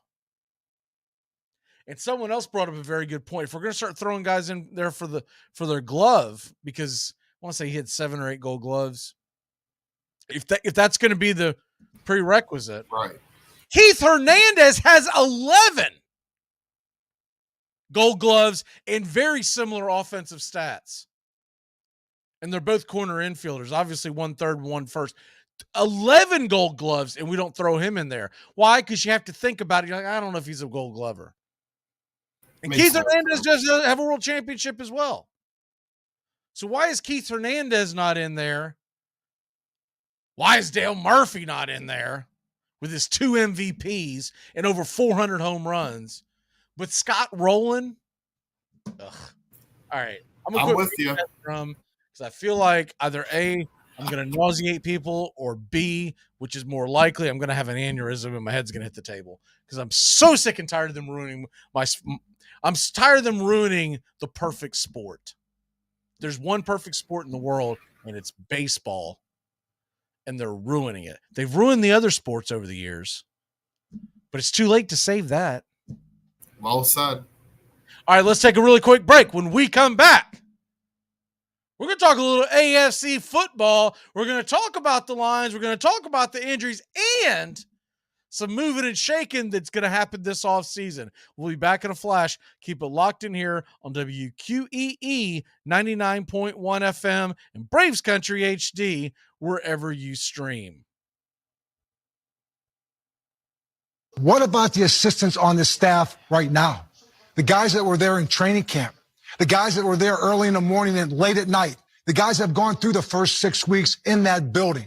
Don't they deserve the opportunity for an owner to hire a coach who's never been an assistant at the college level or the pro level and overseeing a lot of candidates that are qualified for that job, as we see in Steve Wilkes, an opportunity to build a resume.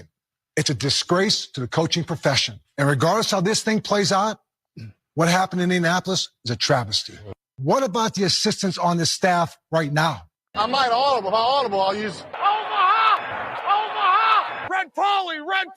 Blue poncho! Dilly! Rambo! Give me Kershaw here, Kershaw! You're listening to the Armchair Quarterback Sports Radio. Japan! Richmond, New York! Richmond, Florida! Sally, Buffalo! Check! Hey, Short Ox! Ludo Raiders! Omaha! Time out! Hey, can I tell you one thing? That's 3 holding penalties on one football team in a quarter and a half. That ain't funny.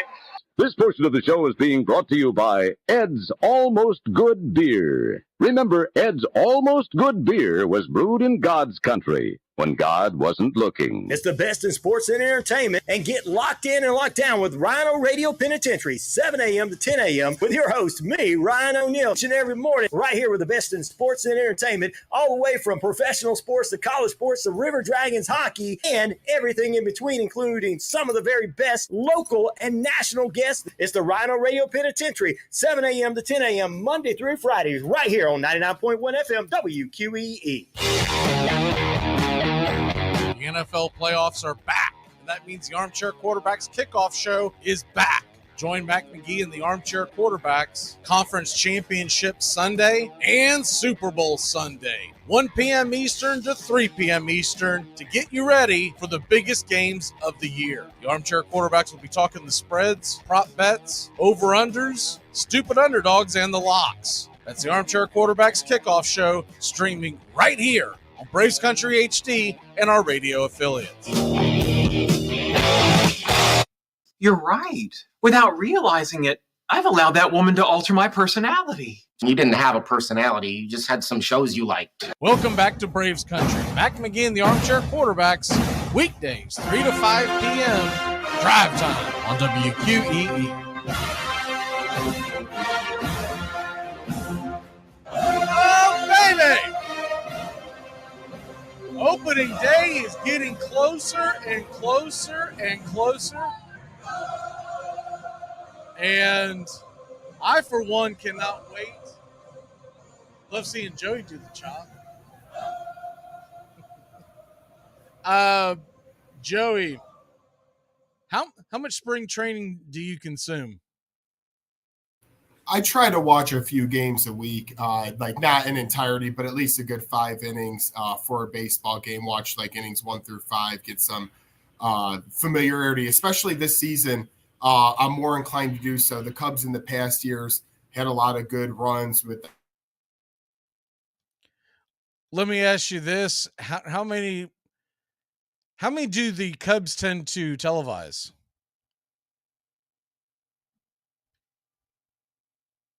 Did we lose you? That always throws me off when they just, zap out and they're frozen. We'll get Joey back here in a second.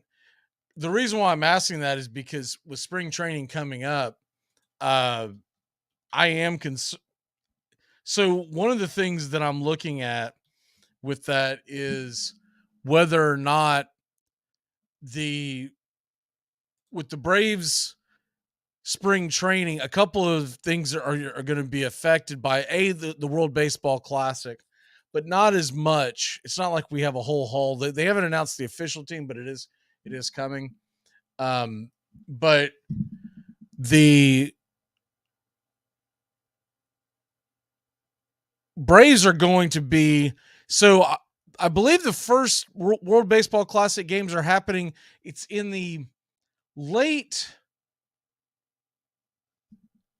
we'll call it the second week of March, essentially.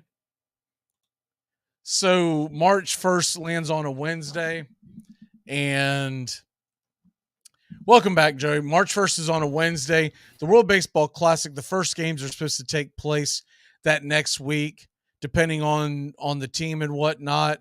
I believe the first game that's being televised for the World Baseball Classic for the United States It's on Fox, and I believe it's Saturday night, the 11th, is what I saw, unless things change.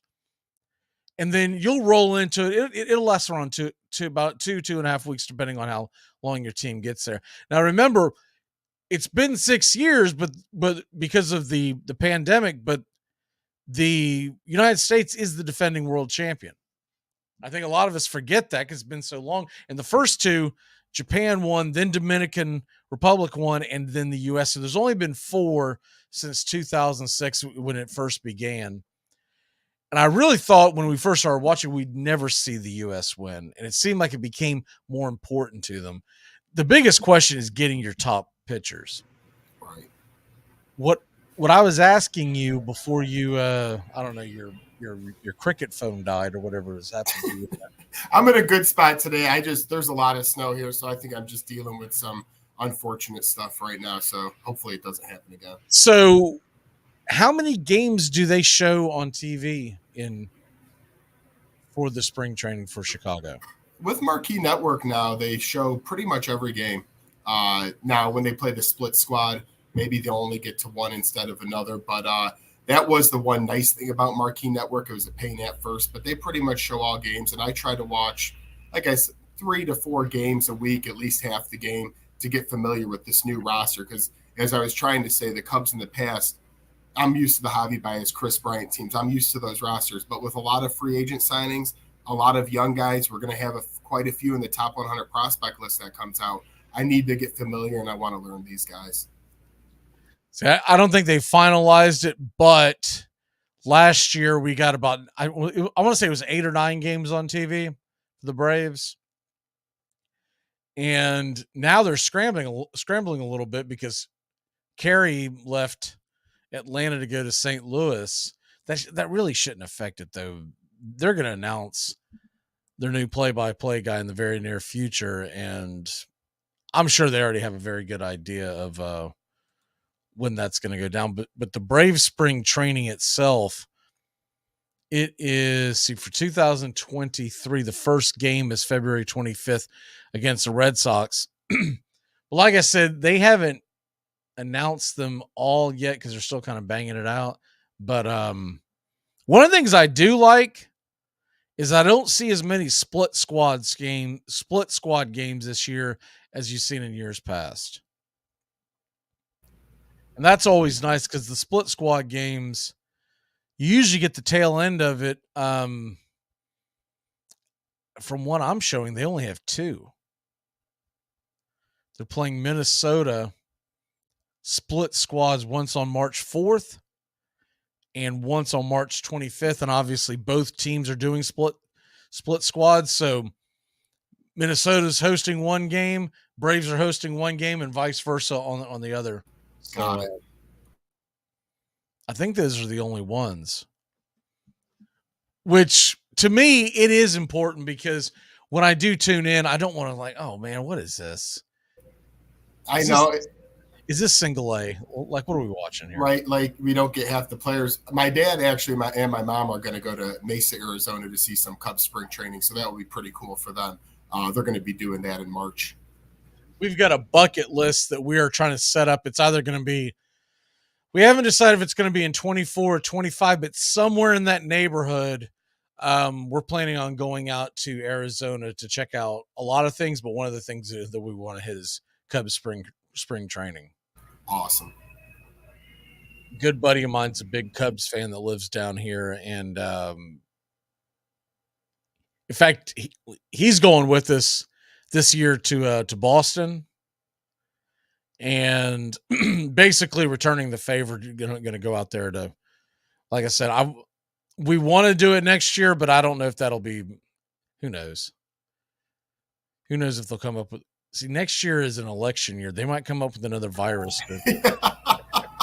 I went to Fenway a couple seasons ago. That was a blast. That was my first time doing that. I think it was right after the pandemic. I've only been into Fenway very briefly. It was a walking tour. I'm trying to remember what cut it short. I want to say it was bad weather.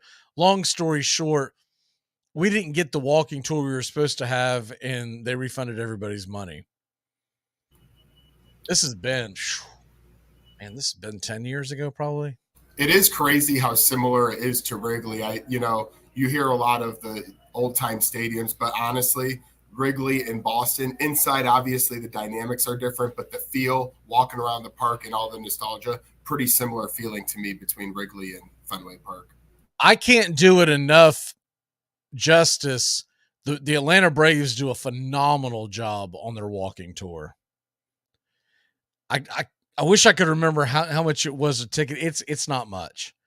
And you go in there, it's around 45 minutes or an hour possibly. And they walk you around and they kind of give you the ins and outs. And no, the new stadium doesn't have the history that we'll see in Boston and obviously in Wrigley. But they do a really good job of showing you kind of the behind the scenes stuff. So I enjoyed that. And we're planning on doing the walking tour for Fenway when we go up there. I want to say it's the last week of July, somewhere in that neighborhood. The reason those are the best, like with Lambeau Field, I've done that. I've done that with a couple other places. You actually get to see all the nooks and crannies of the stadium. You get to go all over the place. Yeah, you're not meeting a bunch of people per se, but you're getting in the ins and outs of locker room. You're seeing cool stuff. So I really do like the stadium tours that these teams set up. Yeah, and it's not within reaching distance, but I made sure to snag a couple of pebbles from the right field corner in Atlanta. Nice. As soon as our guy turned his head, I went, and my wife's standing there going, "What are you doing?" And there was a guy standing next to me. He goes, "Man, I'll buy that from you." I said, I want to say I got like 2 or 3 pebbles. It wasn't many. I just gave him one. I said, "You're not buying it from me, man. Get out of here." Next thing you know, the right fielder had a fall in the warning track thanks to Matt. I'm kidding. They're like a smash gravel.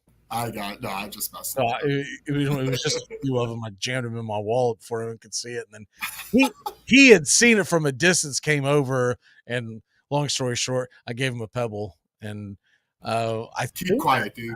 I think we're still Facebook friends over the affair, over the incident. The pebble. The pebble incident in right field. I am a Fruity Pebbles fan. Anyways. We are going to the Bananas on. It's right there, beginning of March. We've never been Savannah Bananas.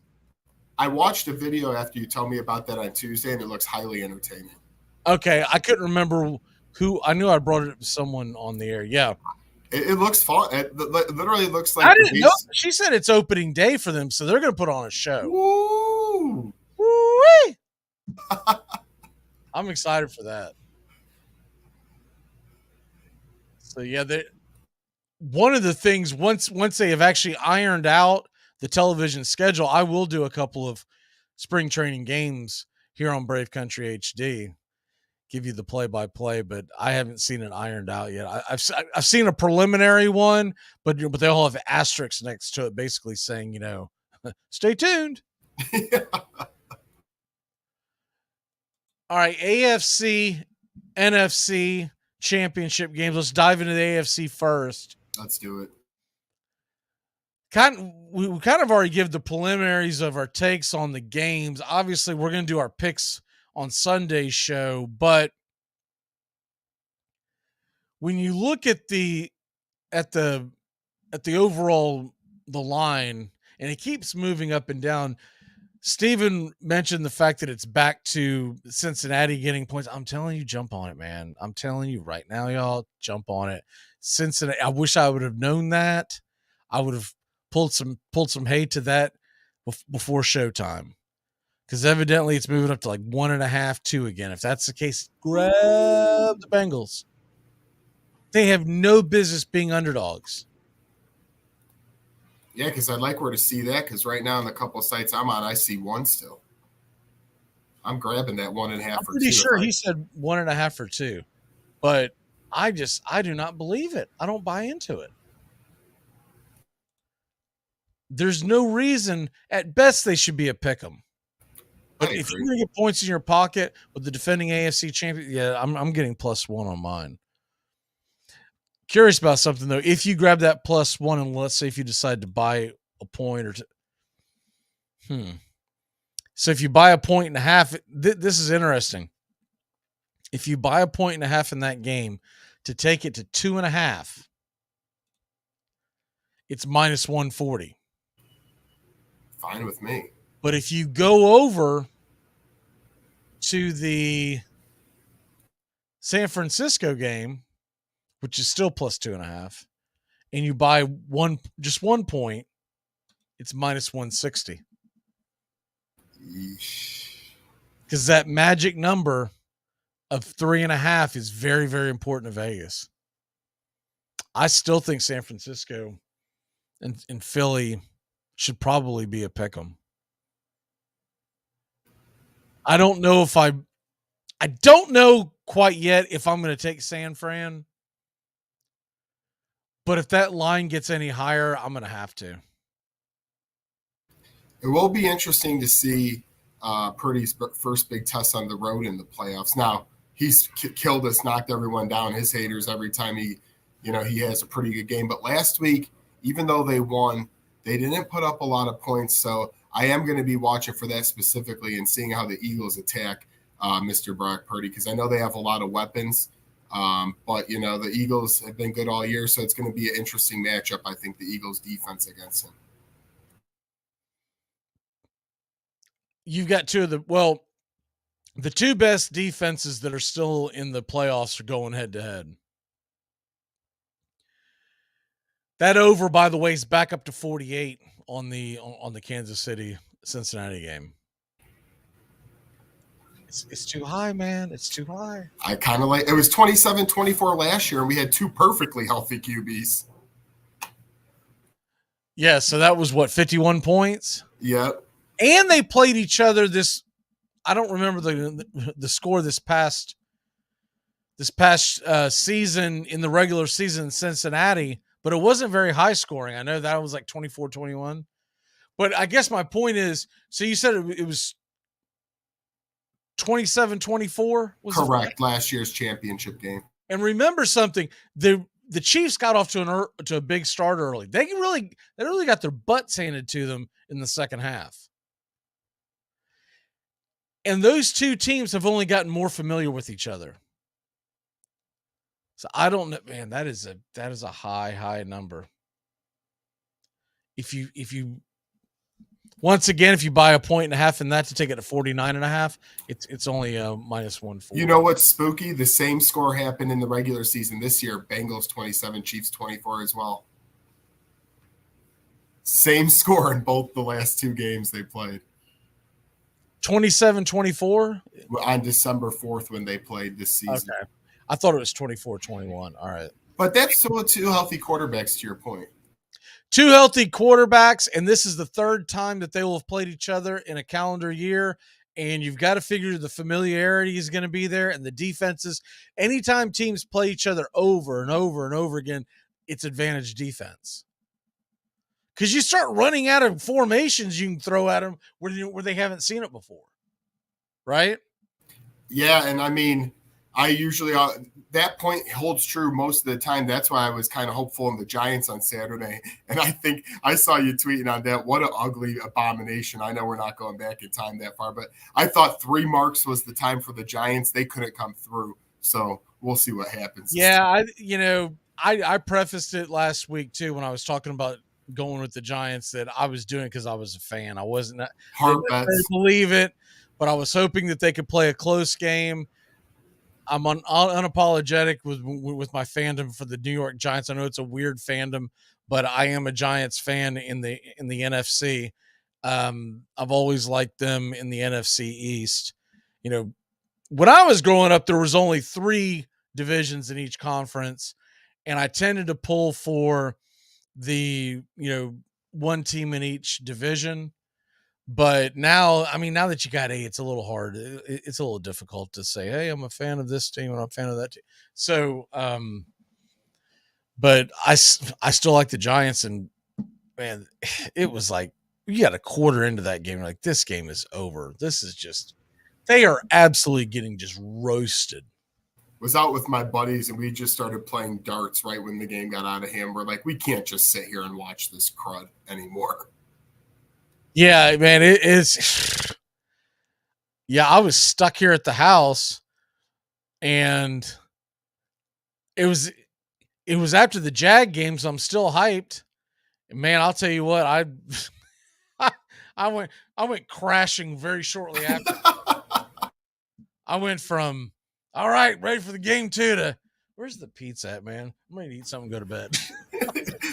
Fall asleep in front of the TV. Next thing you know, it's the fourth quarter. Yeah, that's best case scenario. With me, I usually fall asleep, and it's next thing you know, it's 4 a.m. Everybody's going to bed. Except for me. some rerun of Nick at Night's on TV. Or How I Met Your Father. You mentioned that 90s show the other day. Did you know now that instead of How I Met Your Mother, they're doing a How I Met Your Father too? What's up with all these shows doing this? I don't know, man. It's your generation. They've got no creativity. Oh, blame me. I'm over it. It pissed me off when I saw that. I mean, maybe we should just rename this show as opposed to Braves Country. We'll just rename it to First Take 2. First Take 2 Electric Boogaloo. I mean, no one comes up with any. Well, let's just change the name and take all the good actors Mike out. and Mike, and then in parentheses it says our names aren't Mike. Why not? We're rebooting it. All right, let's take a really quick break. When we come back, we're going to hit up some NFC and some rumors. Ooh. Where's Sean Payton going? We'll be back in a flash here on Braves Country and Braves Country HD, wherever you stream. Braves Country with Mac McGee and the Armchair Quarterbacks. Weekdays, 3 p.m. to 5 p.m. Eastern, 99.1 FM The Key, your first choice for Southern sports talk.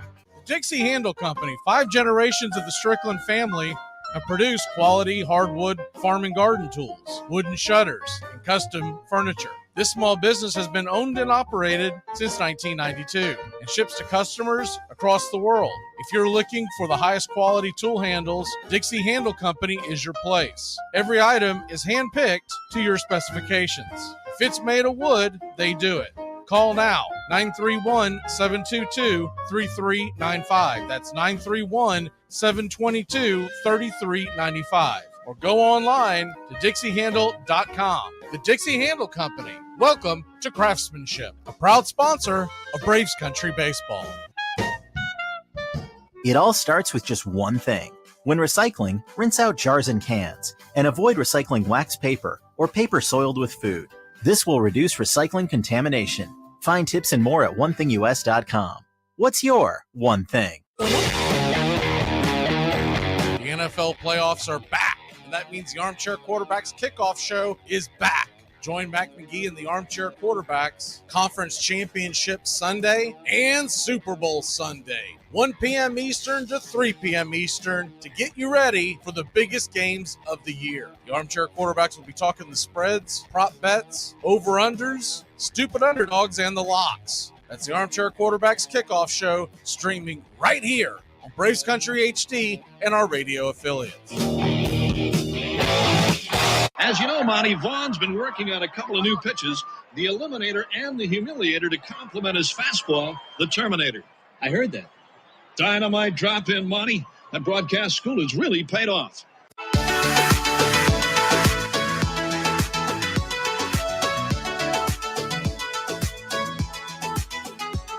Welcome back. You want to call in, the number to chime in is 678-960-9700. That's 678-960-9700. Braves Country HD taking you all the way to the top of the 5 o'clock hour, where First Name Sports from Sports Map Radio will take over. Make sure to get your morning started with Ryan O'Radio Penitentiary, 7 a.m. to 10 a.m. weekdays here on the Key. And from noon to 2, you got the Rod Peterson Show, Sports Beat from 2 to 3, and we come back at you 3 to 5 tomorrow. It's Football Friday, and we'll be talking cool games, and they're really not going to like me this week. Because last week I only gave them 2 votes. This week they only get to pick 1 game. Ooh. You got to pick one or the other. I mean, if I didn't put this stipulation here, I'm telling you right now, they would have had last night's, what was it, Duquesne and Loyal, where the delivery driver walked onto the court. They would have had that as a cool game prior to. It became a cool game when the DoorDash dude stumbled out on the court.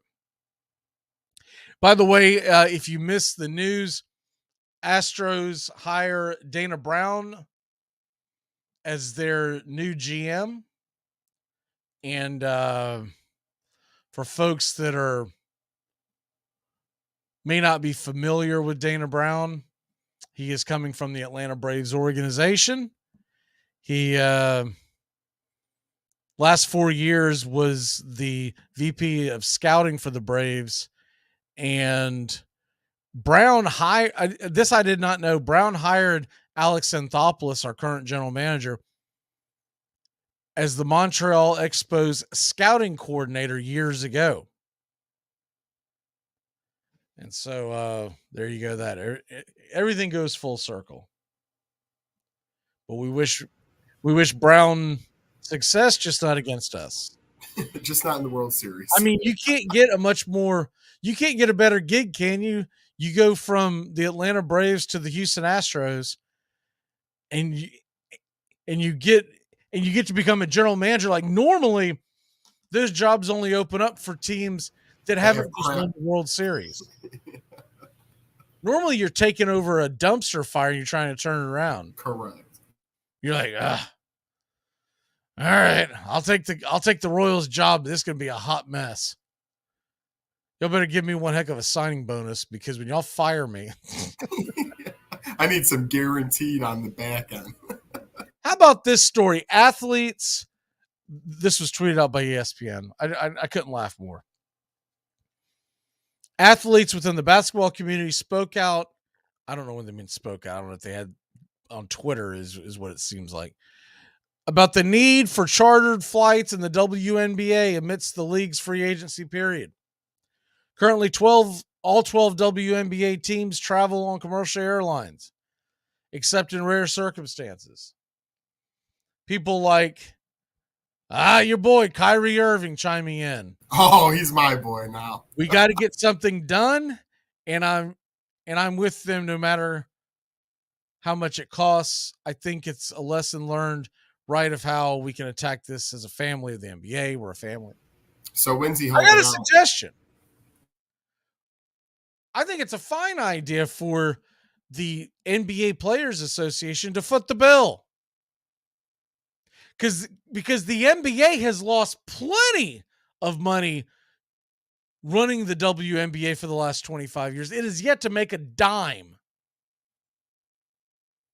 So if they really want to step there and stand up and say, we're together, and you're our sisters in the WNBA with the NBA, we're here for you.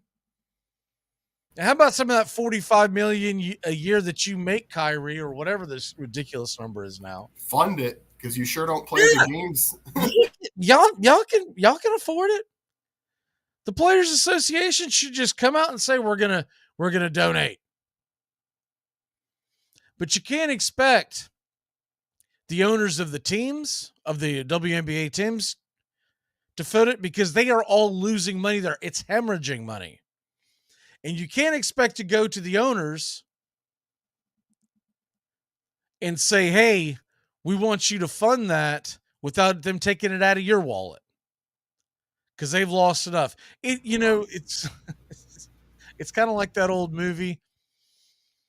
I love referencing it all the time, but JFK, if you ever watched the old movie JFK, the Kevin Costner JFK, and there's a scene where right before they're planning the JFK assassination, they've got all the generals in the room, and they're going back and forth about how Kennedy wants to do this, he wants to do that, and he's making them all mad across the board. And finally, someone leans forward and goes, "I think it's just going to be easier to kill that SOB." Right? Pow! That's what someone's going to say about the day. It's going to be a lot easier just to shut this league down because it's not making us a dime. A lot of people talk, but they won't back it up with the money. Yeah, Kyrie, you're making plenty of money. And you're not playing all the games, so. Yeah. Take some of that money, all those millions of dollars that are spent when the players are sitting on their behind watching the game, calling it load management. That's a load of crap. There's another term they're using now. It's load management, and it's I can't remember what it is, but it's fancy talk for we want to extend our careers and make as much money as we can, and we don't want to give the paying fan the ability to see us. But can you imagine a kid getting excited to go see the Atlanta Hawks, and they drive 100, 200 miles from wherever they live, and they get to the stadium, and it's going to be the Hawks versus, we'll even say the Lakers, as much as I'm not a LeBron fan, right?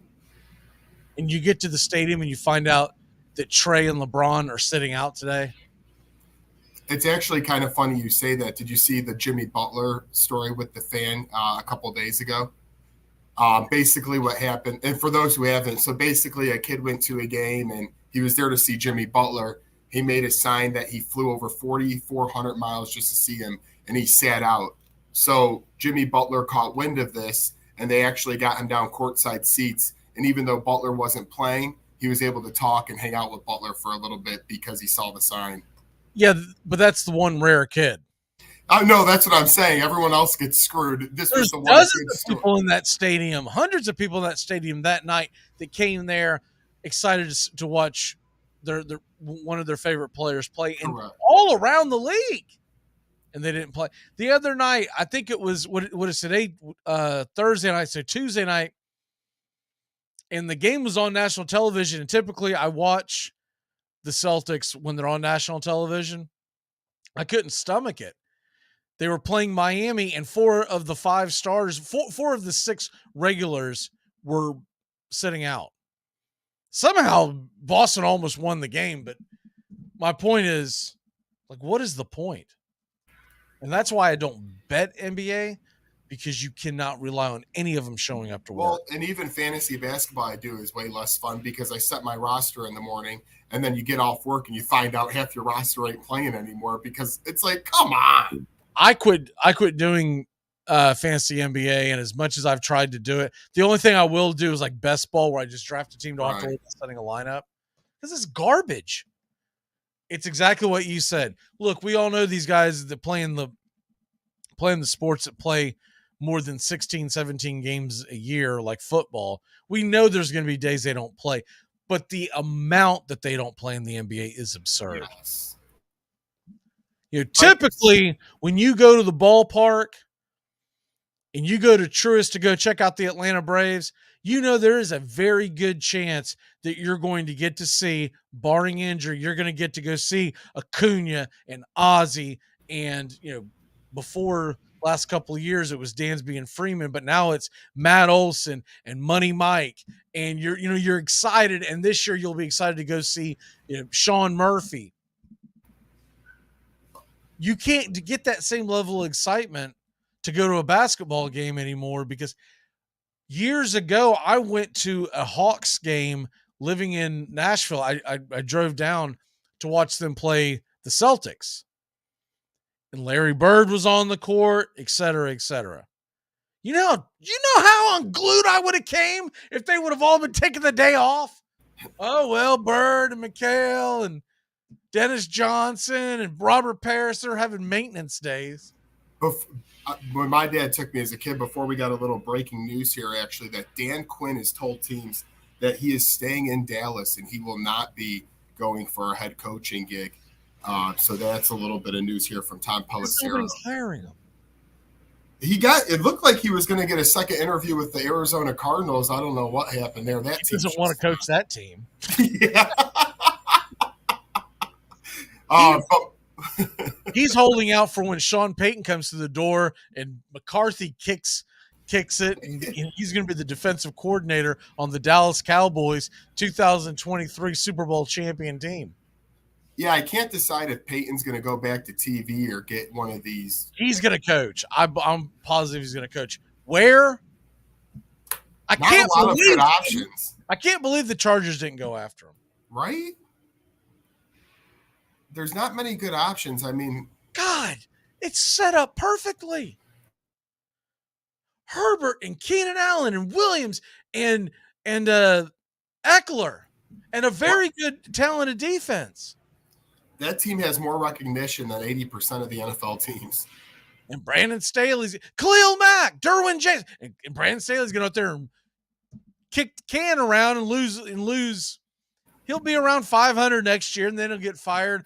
Sean Payton will be sitting in Dallas, and all the fans will be going, man, what could have been? Maybe then the Chargers get Mike McCarthy. There's a couple other spots that I think he could land, but we don't have time today. What's your walk-off? My walk-off for today is, I'm just ready for the weekend, get through these next couple of days of work, and I'll be watching my Bulls tonight. They're having a very up and down season, so not much to watch there, but a little NBA tonight before we get to football this weekend. Yeah, the Knicks and Celtics are on tonight. I'm going to flip over. I'm really more interested tonight. My lock today is Michigan State -2.5. They're at home against Iowa.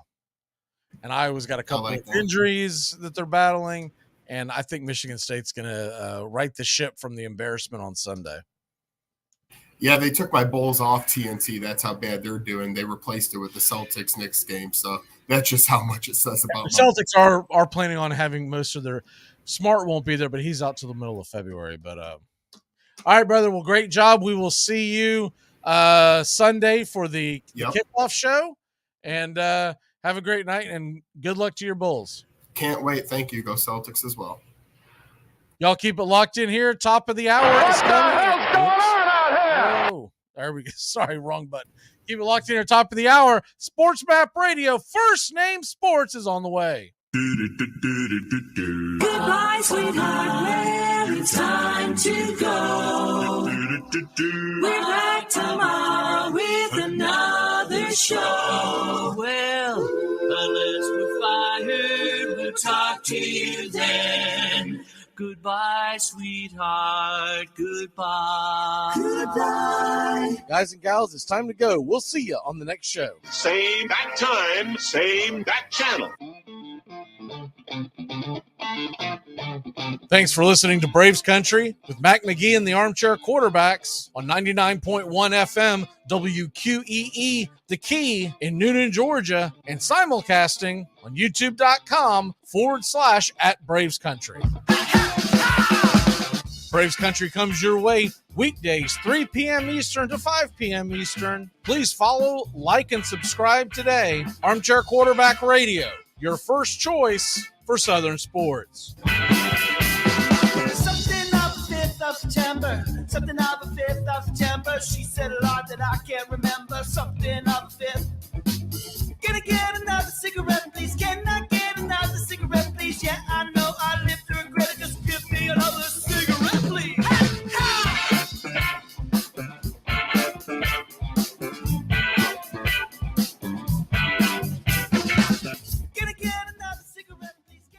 You're listening to WQEE 99.1 FM, The Key in Noonan, Georgia. Are you looking for a reliable dental practice that not only cares about your teeth, but is friendly to work with? How about one that offers great deals and new patient promotions?